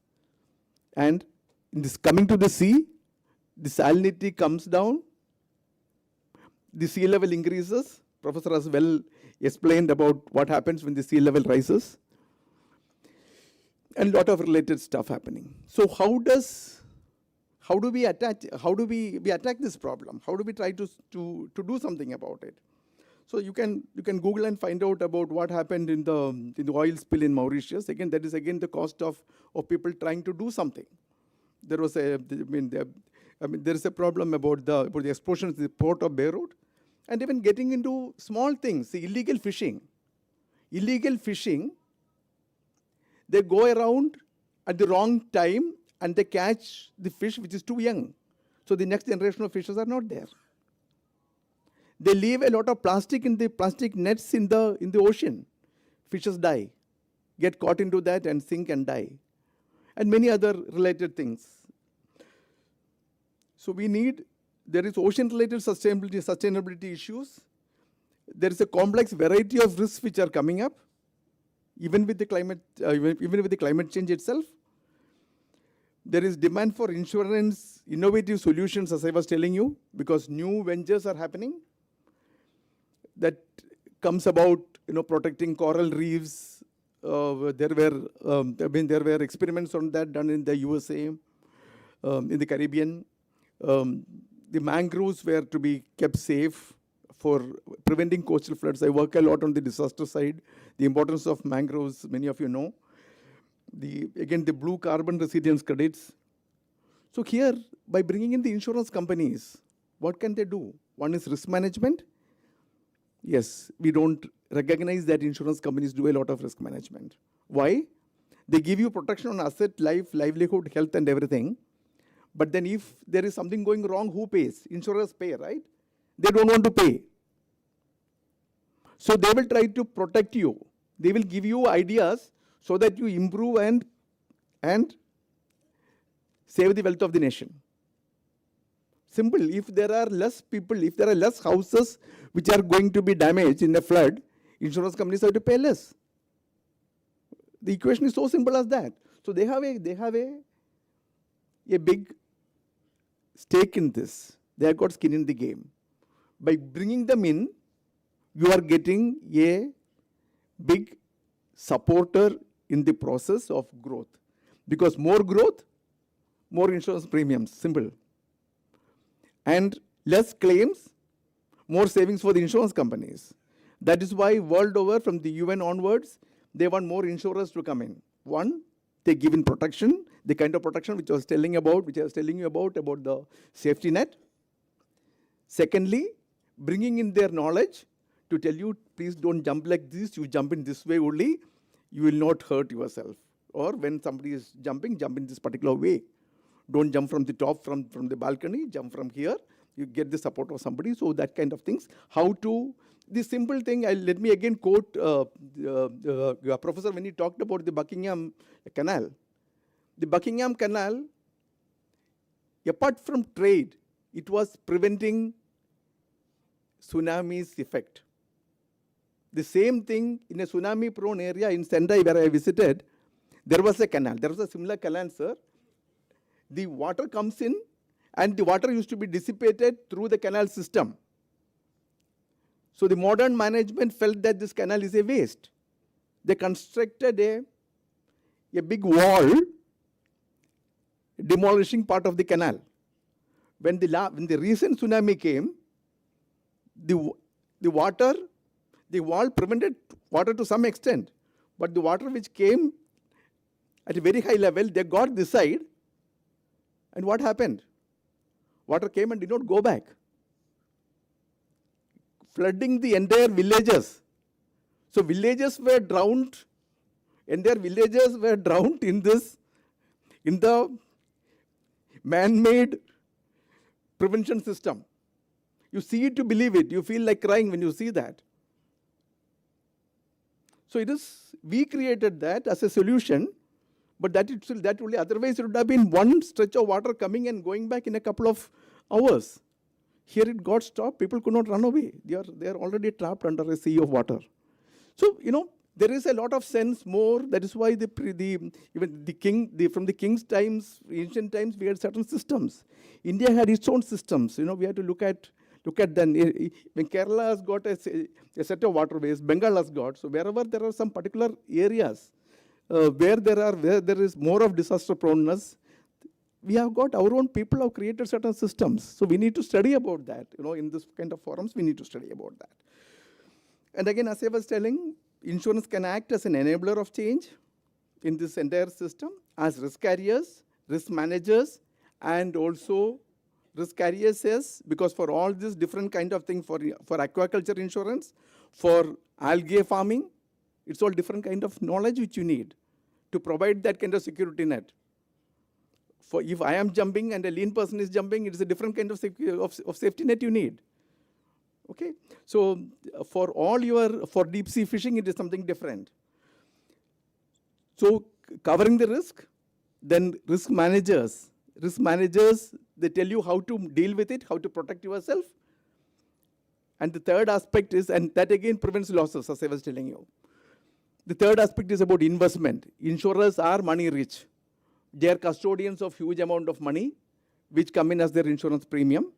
And all the premium does not get over in a particular year. Because tsunamis come once in 100 years, earthquake comes once in 20 years, so they need to keep their money. They invest that money. Where do they invest that? Where do they invest that money? They invest it in development activities. So that is the insurance. When it grows up, it brings in a channel of development. And also they do research to find out how to prevent things from going wrong. So that is the money which comes in. So for these three reasons, I was talking to you about the Mesoamerican Relief Fund, which was funded completely by some of the insurance companies, where they protected the coral reef, and around 15 million people were the beneficiaries from that thing. You can read about it. There's lots available, lot of information available.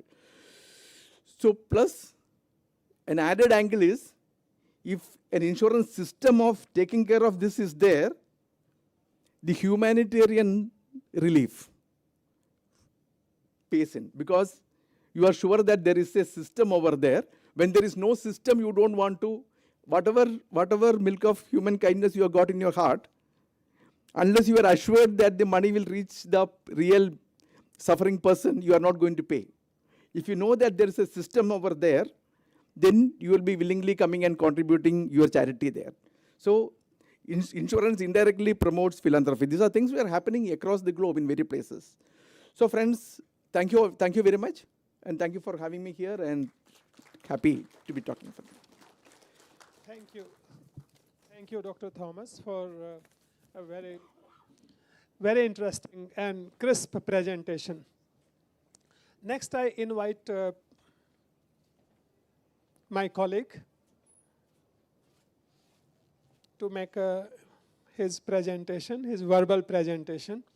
So we had 2 PPTs for this session, and both PPTs have been made. So we can now shift to the podium. I request volunteers to shift sofas. So Good afternoon. Looks like no response. So you deserve a lunch after this, so don't worry. Good. I think whenever I thought I will get the last opportunity to connect the dots in terms of how the academics can play a role, especially the University of Delhi, and where do we connect the dots between what Dr. Ramamurthy said, Dr. George mentioned, as well as what transpired in the morning. Nevertheless, I can always preempt some people. We, in blue economy, there are several dimensions to this entire debate.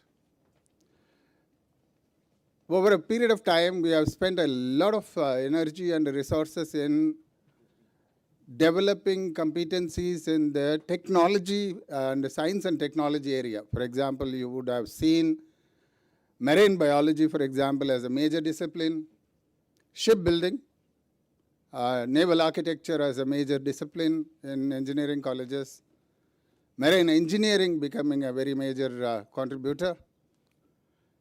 However, every economy requires very good research based on strong analytics, managing the system, managing the resources, and also providing capacity for the systems to function more efficiently. When George was making the presentation, I was assuming that maybe sociologists and the social work discipline in Delhi University can do a great deal of work in those disaster areas, trying to mitigate the communities there around. When Professor Ramamurthy mentioned about the kind of size of blue economy, Department of Economics, Management Studies,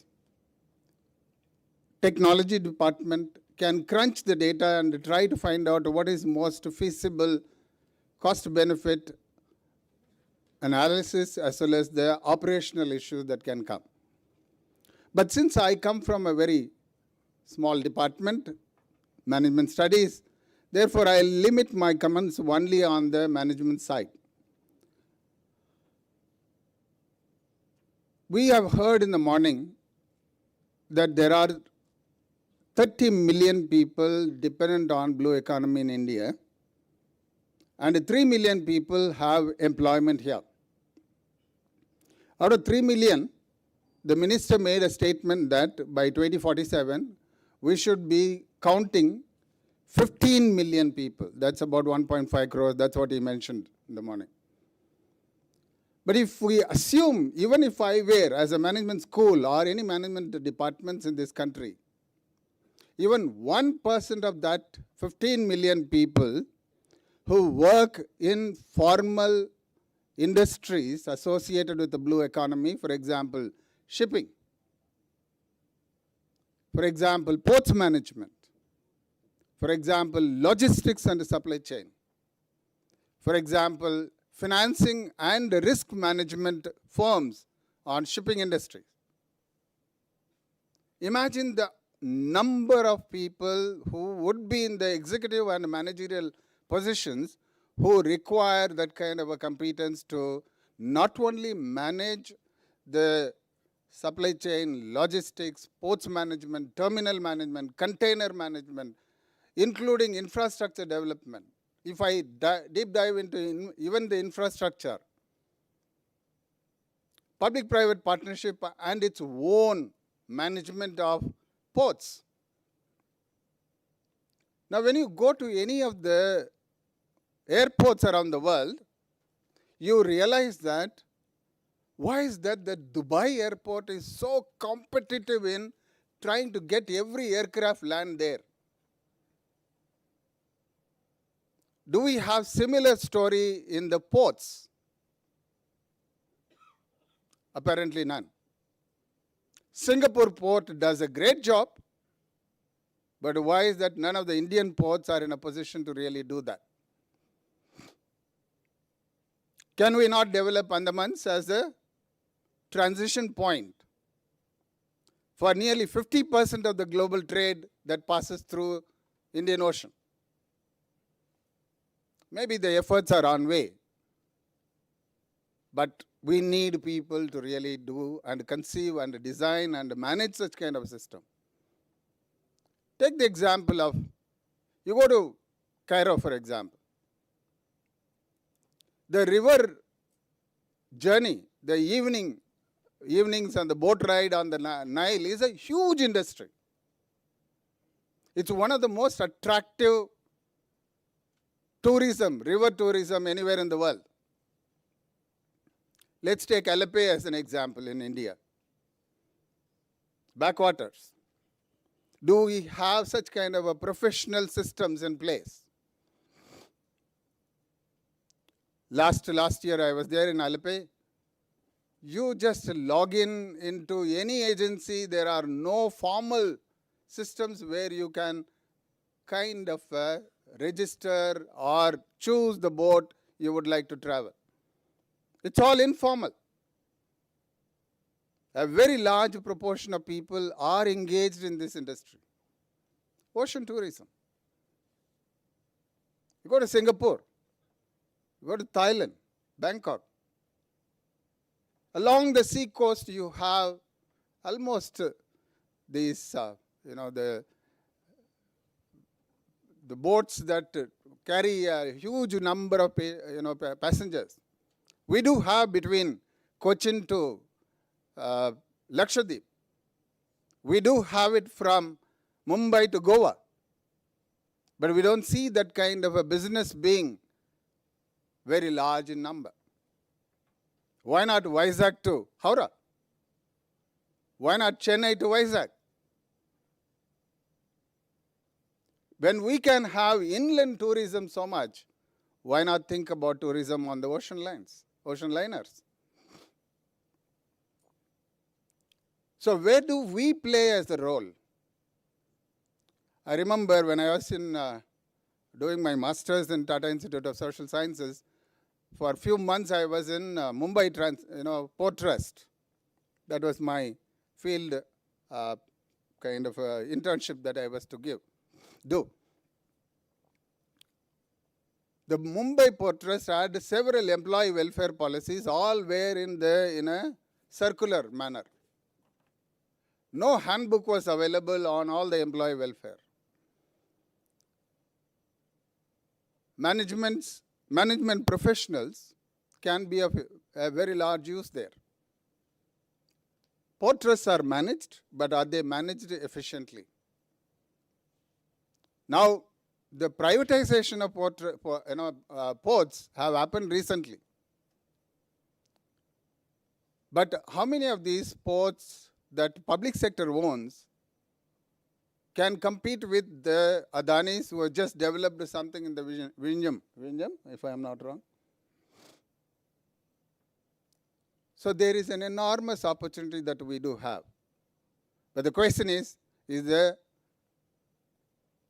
deep blue, deep ocean mission, shipping industry, the ministry, the RIS, willing to come together and say that we need management professionals in these places. We need people with certain kind of a professional aptitude to manage the business. If we can get that kind of an opportunity, an enormous opportunity can be explored and we can contribute in that.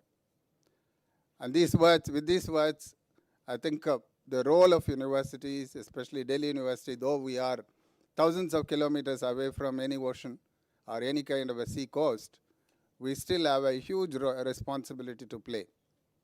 Second area, I thought I was winding up, but then it just reminded me something else. Delhi School of Economics.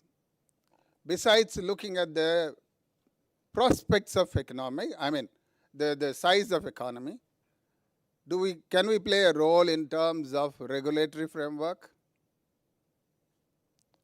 Can we play a role on advocacy? Can we play a role on operationalizing some of the intent of making this blue ocean strategy? Blue ocean strategy in a management school is a different one, but we perhaps have to explore this blue economy as from the point of view of blue ocean strategy. All right? With these words, I am open to many questions while the panel discussion happens. Thank you so much. Thank you, Professor Venkatraman. We have witnessed 3 very exciting presentations. Before I request the 4th panelist to speak, I want to let you know that we will have a Q&A session. We will take some questions from the audience, especially from students. So you can think of questions you would like to ask. You can frame your questions. You surely will get opportunity. I invite now Commodore Sujit Samadar to make your presentation, sir.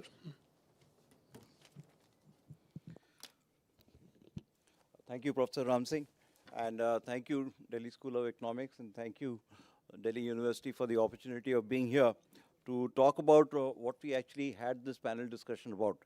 It's about blue economy imperatives for a Viksit Bharat. That was the title of this presentation, and we have heard a stream of thoughts which have centered around this basic concept, which have looked at deep ocean missions, looked at management studies, and so on and so forth. But the important point is that, the vision of a Viksit Bharat, a developed nation, cannot be solely through land-based economic transformation. I think that is a fundamental truth that has emerged from the discussion that we have had this morning and from the guidance that we have received from the Honorable Minister also. We have a huge geography. Everybody knows we got 11,000 kilometers, of coastline, 2.2 million square kilometers of EZ, and 1,350 islands, and so on and so forth. But where are we in the overall maritime space? We have great maritime geographic credentials, but where are we on the value chain? So to connect that value chain, the word blue economy was once discovered many years ago in 2000, and then Ganta Pauli took it up and actually gave the construct of a blue economy. And that blue economy had those pillars that we have been discussing this morning, so I don't want to get into it. But the basic idea is that the blue economy basically integrates economic growth, environmental sustainability, and technological advancement in open spaces in one cohesive system. And that is where the discussion has to lead to that how do we create that one cohesive system within the presence of such an illustrious institution such as the Delhi School of Economics, within RIS, within CMEC. That is the task we have ahead of us. As far as the value chain of India is concerned, the global participation, India's global participation in the maritime economy is concerned, we have a lot of headspace for growth. We have about 0.06% of the global shipbuilding capacity, about 0.07% of the total ships that are flagged in India. We managed to get to 15 million tons of cargo and added 92 ships, but that is a very small number compared to what strengths are. So one can look at it as a glass half full, or you can look at it as a glass half empty. So I like to think of it as glass half empty because that just tells us how much potential we have to grow. And we are doing about 45,000 tons of shipbuilding in a year. We have to make 4.5 million. And that 4.5 million has to come from all of you. That's the kind of shipbuilding that we have to do. We can't have, 1,300 ships. We have to have 13,000 ships. At RIS, we did a study for the requirement to meet the coastal cargo traffic that was mentioned by the Honorable Minister today. The invested amount is close to 14 lakh crores. We are looking at 5,000 ships to be built. And we build 20 in a year. So you have plenty of headspace for growth. And I think we should not forget that. And it's also important because, as was mentioned, we spend $85 billion a year paying foreign companies to carry our cargo.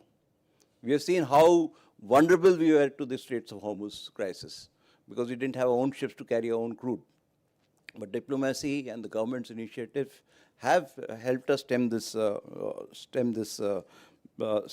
problem. But I don't think it's something that we can rest our oars on, and we need to work further on it. So at the core of all this is, what was mentioned this morning is very clearly the maritime sector is changing very fast. Ports are becoming global. Shipyards require lots of new technologies. The finance sector needs lots of work. There's also the entire international ecosystem from the International Maritime Organization, the UNCLOS, the BBNJ Treaty. Hundreds of things are happening in the world where we are not yet a decisive actor.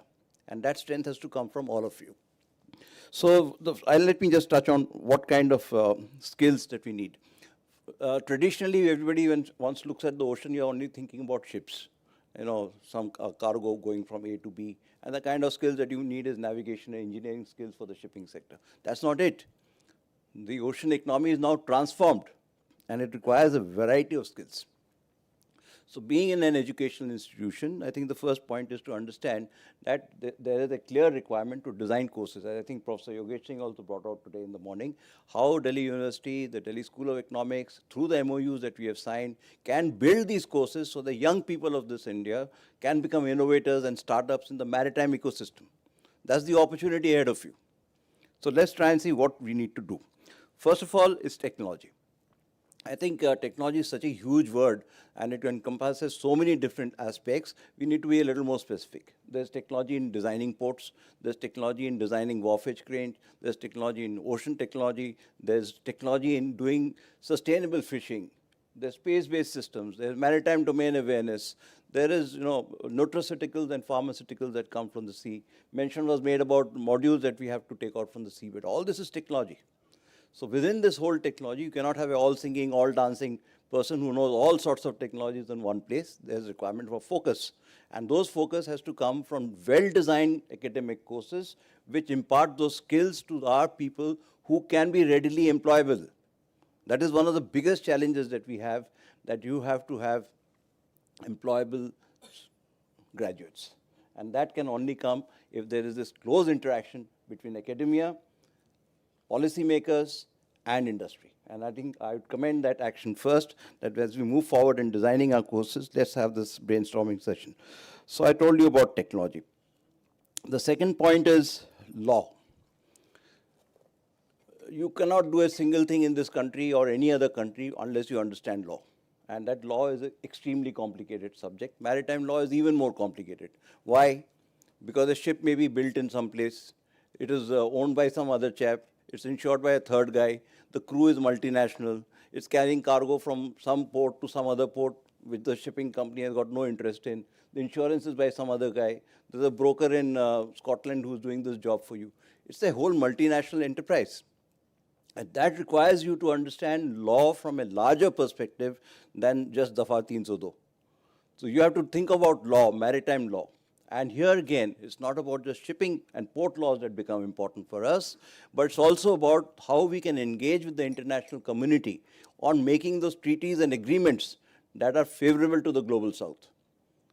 And that is a core function of what RIS does. We work together with the Global South and try and formulate those policies and those action items that benefit the Global South first. And that is a contribution that we should take forward. But that requires education, the right kind of education and understanding international maritime law. So, so as I said, shipping contracts, port regulations, there are so many different things. UNCLOS itself can be challenged. You need to know how would you approach the International Court of Justice. How would you do arbitration? These are skills that you have to have as our country moves forward. Economics. I think we have spoken about economics. As an engineering guy, I think I'm least qualified to talk about economics. But I can only tell you one thing, that in my little study on maritime economics, I've only found one book which was written in 2009, which spoke about maritime economics. That book is as relevant today as it was then, but there's substantial amount of space for our faculty here to write about maritime economics. Build it up, break it down, write those chapters, educate our community, understand the fundamentals of maritime economics. Because it draws upon macroeconomic indicators, it looks at microeconomics, and none of this data can be handled unless you know econometrics backwards. So all these are skills that are resident here, and let's try and leverage those skills to understand how logistics can be more efficient, how social systems interact with the economic system, how economic systems impact the environmental system, what is the overall costing that we can do, and how we can move forward. The third, of course, science and science. As I said, there's always a continuum between science, engineering, technology, and product. Science is what you will learn in these places. Engineering is what will take you to the next step. Using science and engineering, you can get to a technology, and that technology converts into a product. So this continuum between science, engineering, technology, and product has got different stakeholders in it and different participants in it. Science comes from institutions like the Delhi School of Economics, my own IIT Roorkee, from where I am a graduate. So those are sort of things that you have to enmesh. And designing such a course on which looks at science, environment as one cohesive whole is an important ingredient for achieving as an imperative for Viksit Bharat through the blue economy route. Even simple things like designing systems for pollution control and oil spill control systems. That requires a lot of modeling. It requires you to understand how ocean waves behave. You need to find out how granular can you be on hydrography of that place, the oceanographic signature of that place, what is the wind there, what is the temperature there, what is the salinities there. Unless you know all that, you cannot contain an oil spill. So this requires a huge amount of modeling, and that is something that we need to learn. Management was spoken about, so I'm not going to mention to it. We have the Faculty of Management Studies, who's the most eminent person to talk about management. But again, in management itself, there is, of course, the efficiency part of it. There's the resource optimization part of it. There's all of that. But one of the key principles of management that we have to focus on is the unique HR requirements of the blue economy. It's a completely different ballgame. We have gender. We have women seafarers. Mention was made that we are going to be at 20%. When you look at 20% of the global workforce, you are looking at about 200,000 people, of which hopefully 100,000 would be young women. So how do you handle this at sea? And they have to be captains. They also have to be chief engineers, though they are women. And we have had many women who have been smart captains of ships and smart chief engineers. But there's a lot of issues that we need to understand. So how do we handle this workforce? And that requires specialized skills, which the Faculty of Management Studies can probably lead up, particularly on leadership lessons. Second, of course, we should not forget our own history and culture. That is the strength that we can bring to this from. Unless you are aware of what's happened to your past and you learn the lessons of that time, you will make the same mistakes again. So an awareness of our past is intrinsic to any form of education that we do for a Viksit Bharat as part of the Blue Energy Initiative. No matter what course you do, there has to be a capsule on maritime history, of which we are so proud of. But we now know it from a sort of secondary source. If you know it and you live it, you will admire it and you will aspire to make our country, let's say, great again. Of course, none of this works. The blue economy doesn't work without security. Security is basically 4 pillars: the security of sea lines of communication, stability, sovereignty, and safety of crew. The most important element that maritime security does for the blue economy is that it assures continued and unimpeded access to minerals, markets, and commodities. You need all three of them for the growth of your country. And that cannot happen by the goodwill of mankind and good sense of nations. It doesn't work like that. It needs force. And that force comes through maritime security, and that force need not be a naval force. It can be militias, it can be legal instruments, many of them. But the study of maritime security is essential for you to be part of the overall maritime system, which will take our country towards Viksit Bharat. I spoke about human resource development and seafarer welfare, so I will not touch upon it once again. Let me also talk about one more point, which is about how do we move from here. For example, all this is very expensive stuff. There's going to be a lot of investment that is required, but if we model and use our money well, we'll probably get there. So the first important is we have clearly understood from the little talk that I've had that it's a very multidisciplinary game. It cannot be done in one place here and there. So there has to be an overall architecture of designing such a course that brings in different faculties together, and you have courses that you can run in different faculties, bring that skill together and build it up.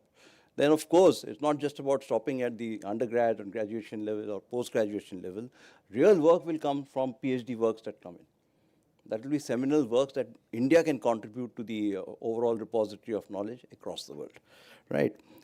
Practical training is a must. I was on some committee where we had some management consultants who were talking about shipbuilding. So I asked that person, has he seen a ship? He said, no, I've not seen a ship. I said, have you seen a shipyard? No, I've not seen a shipyard. What are you doing? I'm making the shipbuilding strategy for my country. So, so we can't have that. Obviously, it was some cockeyed strategy which had been made, and it didn't work out. But unless you have your skin in the game, unless you live and breathe that system, your contribution from academic books and internet and chat GPT, etc., can only be very superficial. So we need to integrate all of that. Lastly, I think where we can actually study is a little bit on simulation. And I think that is something that most of our academic institutions must work on how do we build simulation as part of the curriculum so that you are able to do actual result-oriented studies as part of your experimental work. I think I'll finish here. I've already got a hint from my chairman to shut up. So I'll thank you very much for listening to me. And if there are any questions, I look forward to you. Thank you. Thank you, Commodore Samadar. You have made several points, very interesting points. Some points you made very explicitly, and some points were subtle. But everything you said has been noted, and has been noted with all the seriousness that your points, your observations deserve.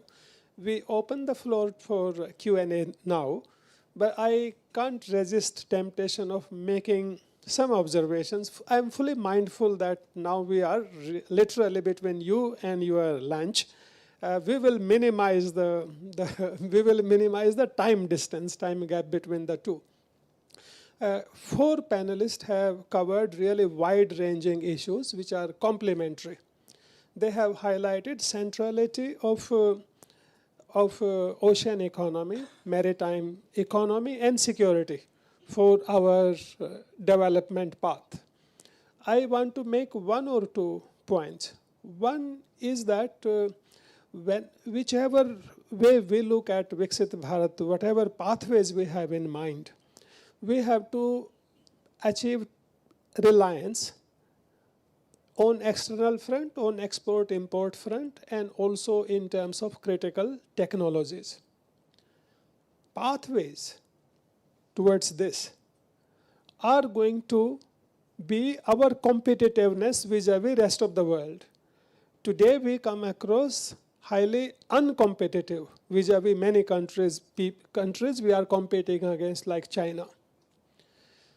A fundamental reason behind our uncompetitiveness is the logistics cost, the cost of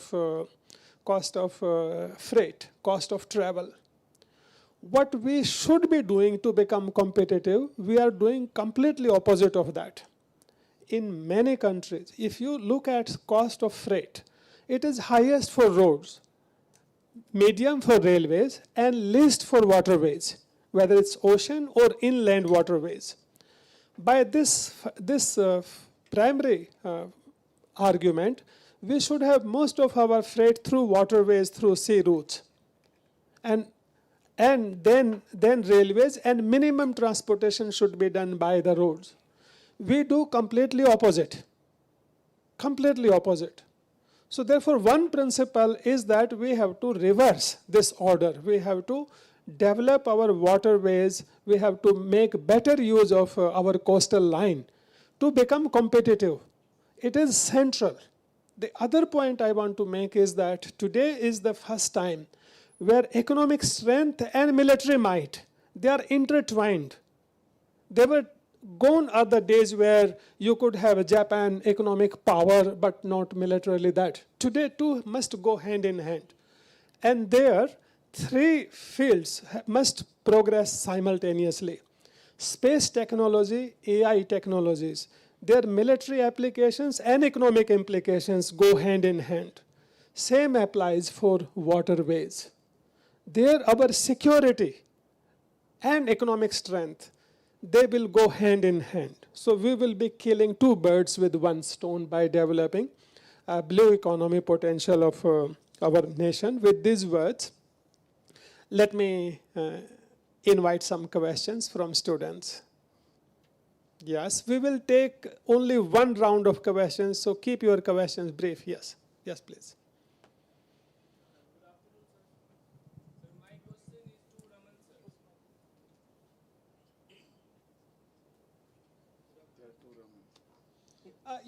You can pose your questions and then we will say which one take it, yes. Maybe we will encourage both of them to respond to your questions. We can hear you. You can speak up. We can hear you. Sir, my question is for marine tourism.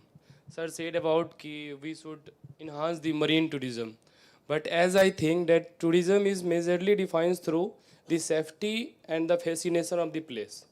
So, sir, in what ways we can give assurance of that to the tourists, majorly those who are living in inlands?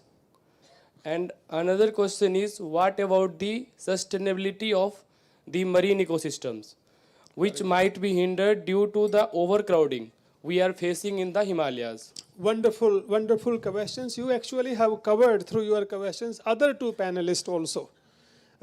Dr. Ramanamurthy talked about planning. So we will have a round of questions. And you also have brought in insurance aspect by talking about safety. Any other questions? Okay. All right.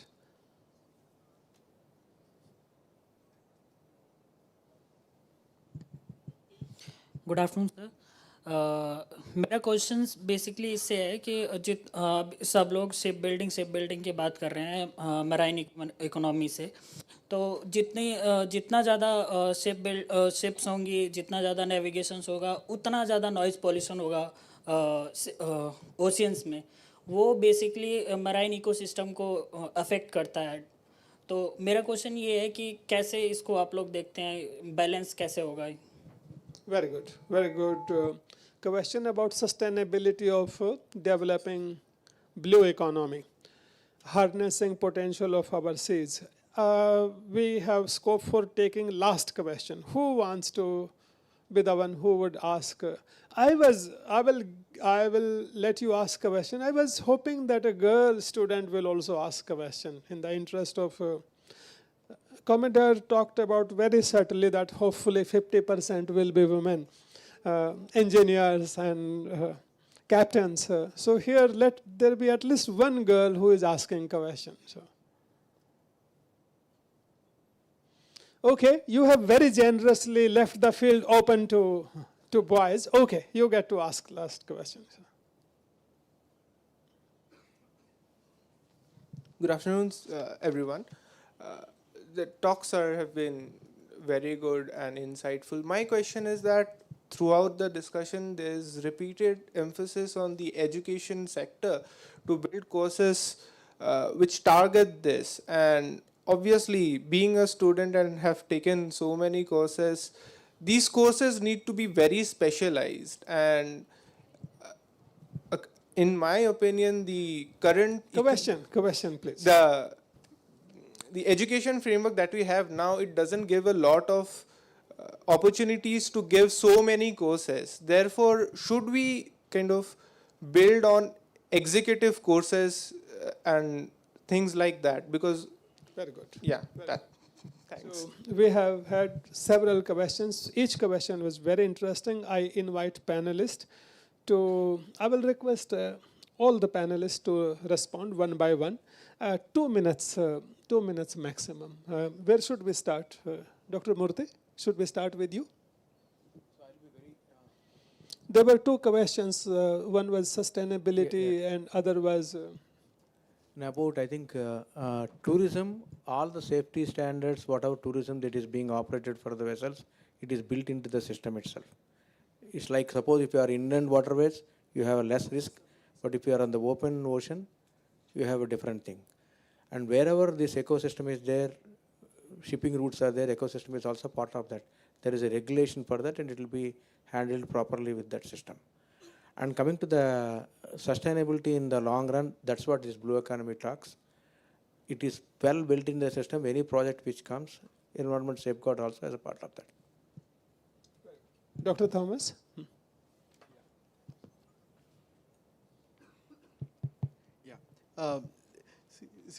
First of all, let me comfort you about your fears that something which is on development is going to create big problems for the ecosystem, because that is where there is the need for collaboration between technology, management, and law. So when the government does something, allows something, along with that there is a particular regulation also which will come in. And there are safeguards which are built in. You cannot just like that go and start breaking ships or building ships. Breaking ships creates a lot of problems to the entire marine economy, you are right. But then when the India government is trying to do this, it will have systems in place so that we don't damage, we don't pollute. Actually, many places in the world where they are doing shipbreaking, they are creating big ruin to the ecosystem. So there we have to have proper regulations when it is done on the mass scale. A second point which I need to say is when we are looking at the thrust is about the collaboration between various areas, which Professor Ram Singh was also talking. See, I'll give you one example. Somebody talked about the single point mooring. The single point mooring which is there in Ahmedabad, I mean, if you're seeing in any of the ports, especially it's on the Gujarat side, they started. In the early 1970s, I mean the mid-1970s, when they started the single point mooring system, it was very costly. It was a very costly thing to establish, and there was no insurer in India who was willing to insure it. So we were spending a huge amount of money in terms of dollars for getting that, for getting the insurance for that, because without the insurance, the single point mooring you can read about it, but it is just simply when large vessel cannot come to the shore because it is too large, that in between there is a system whereby it is the oil is pumped over there, and from there the Indian oil, it comes to the Indian oil places, refineries. So for that, if insurance was to be done in India, so people like me who are not having any knowledge of engineering had to research on it and to find out.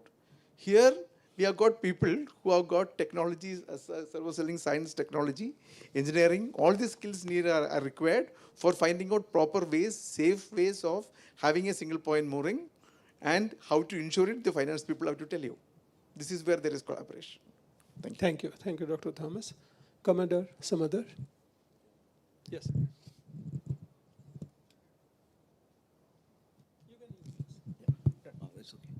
Thank you. Just very quickly, I know we are tight for time. Just very quickly, I think the connection that Professor Ram Singh brought out between security and economics is important. And I just want to mention that in 2006, I was at a conference in London where we were talking about security and economics, 2006. And that was a time when I was stuck with this thing as an engineering guy, talking about security and economics. It was quite an interesting conversation.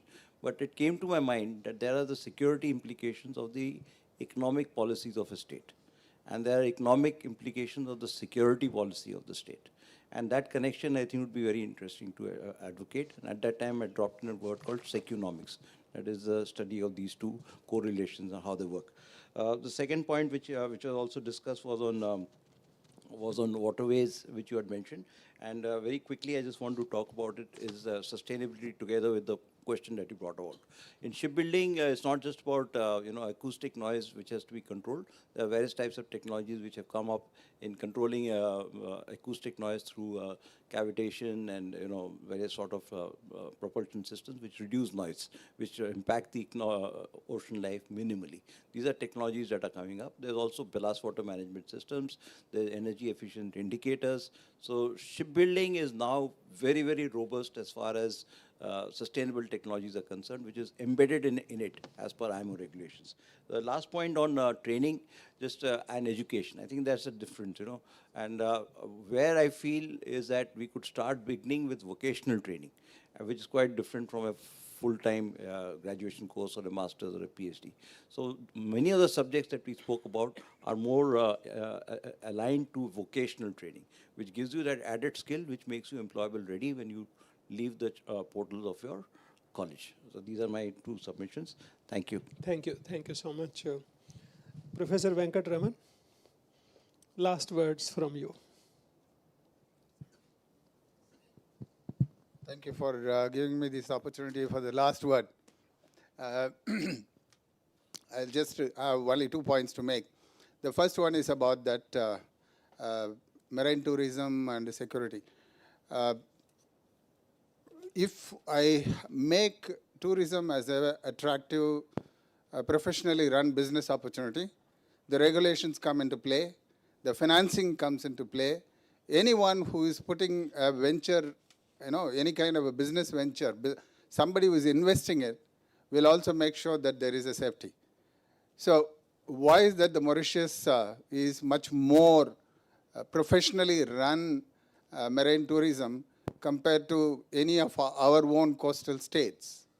Goa, you are not very secure when you are, getting into a boat, because there is a bit of a regulatory issue and there is a bit of a private venture capitals getting into this kind of a business opportunity, number one. And therefore, we need to promote such kind of opportunities, number one. What does it mean? It means that perhaps we need to think about entrepreneurs in this blue economy. I think Swayam portal already has blue, ocean entrepreneurs. Perhaps some of them today is focused towards aquaculture, food processing, so more towards that rather than certain other areas where could be an opportunity. Second, somebody raised this question about can we move it towards the executive level kind of program. Yes, Mumbai has an executive in maritime management. So it's possible. Even Delhi University colleges can do that, provided we are in a position to understand what does the industry require. Can we collaborate with some of these porters or shipping industries or shipping insurance company or financing companies or even marine tourism companies and build courses which are job opportunity oriented, all right, rather than just about launching a course with no placement possibility. So it would be much better if we, maybe even with the Delhi University, 2-3 institutes can just interact with the industry segments and try to find out what kind of courses would allow the students to be placed there. That would perhaps be the starting point for a university like ours. Thank you, Professor Venkatraman. Your points are well received. I hand over the stage to Suhani. In the meantime, let's give a big round of applause to our panelists.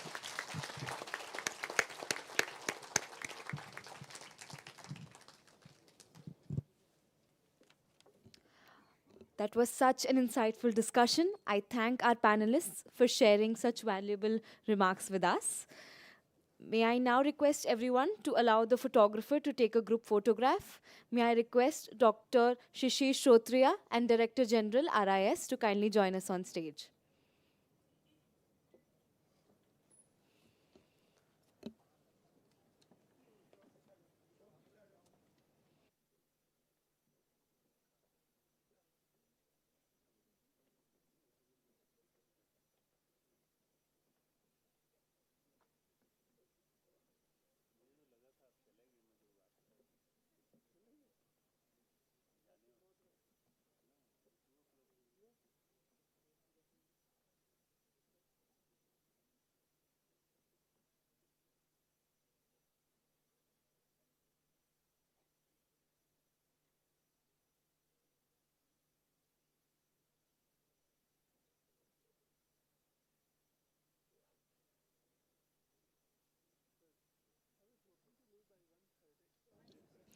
Now, I request Professor Ram Singh to present memento to Director General RIS as a token of gratitude.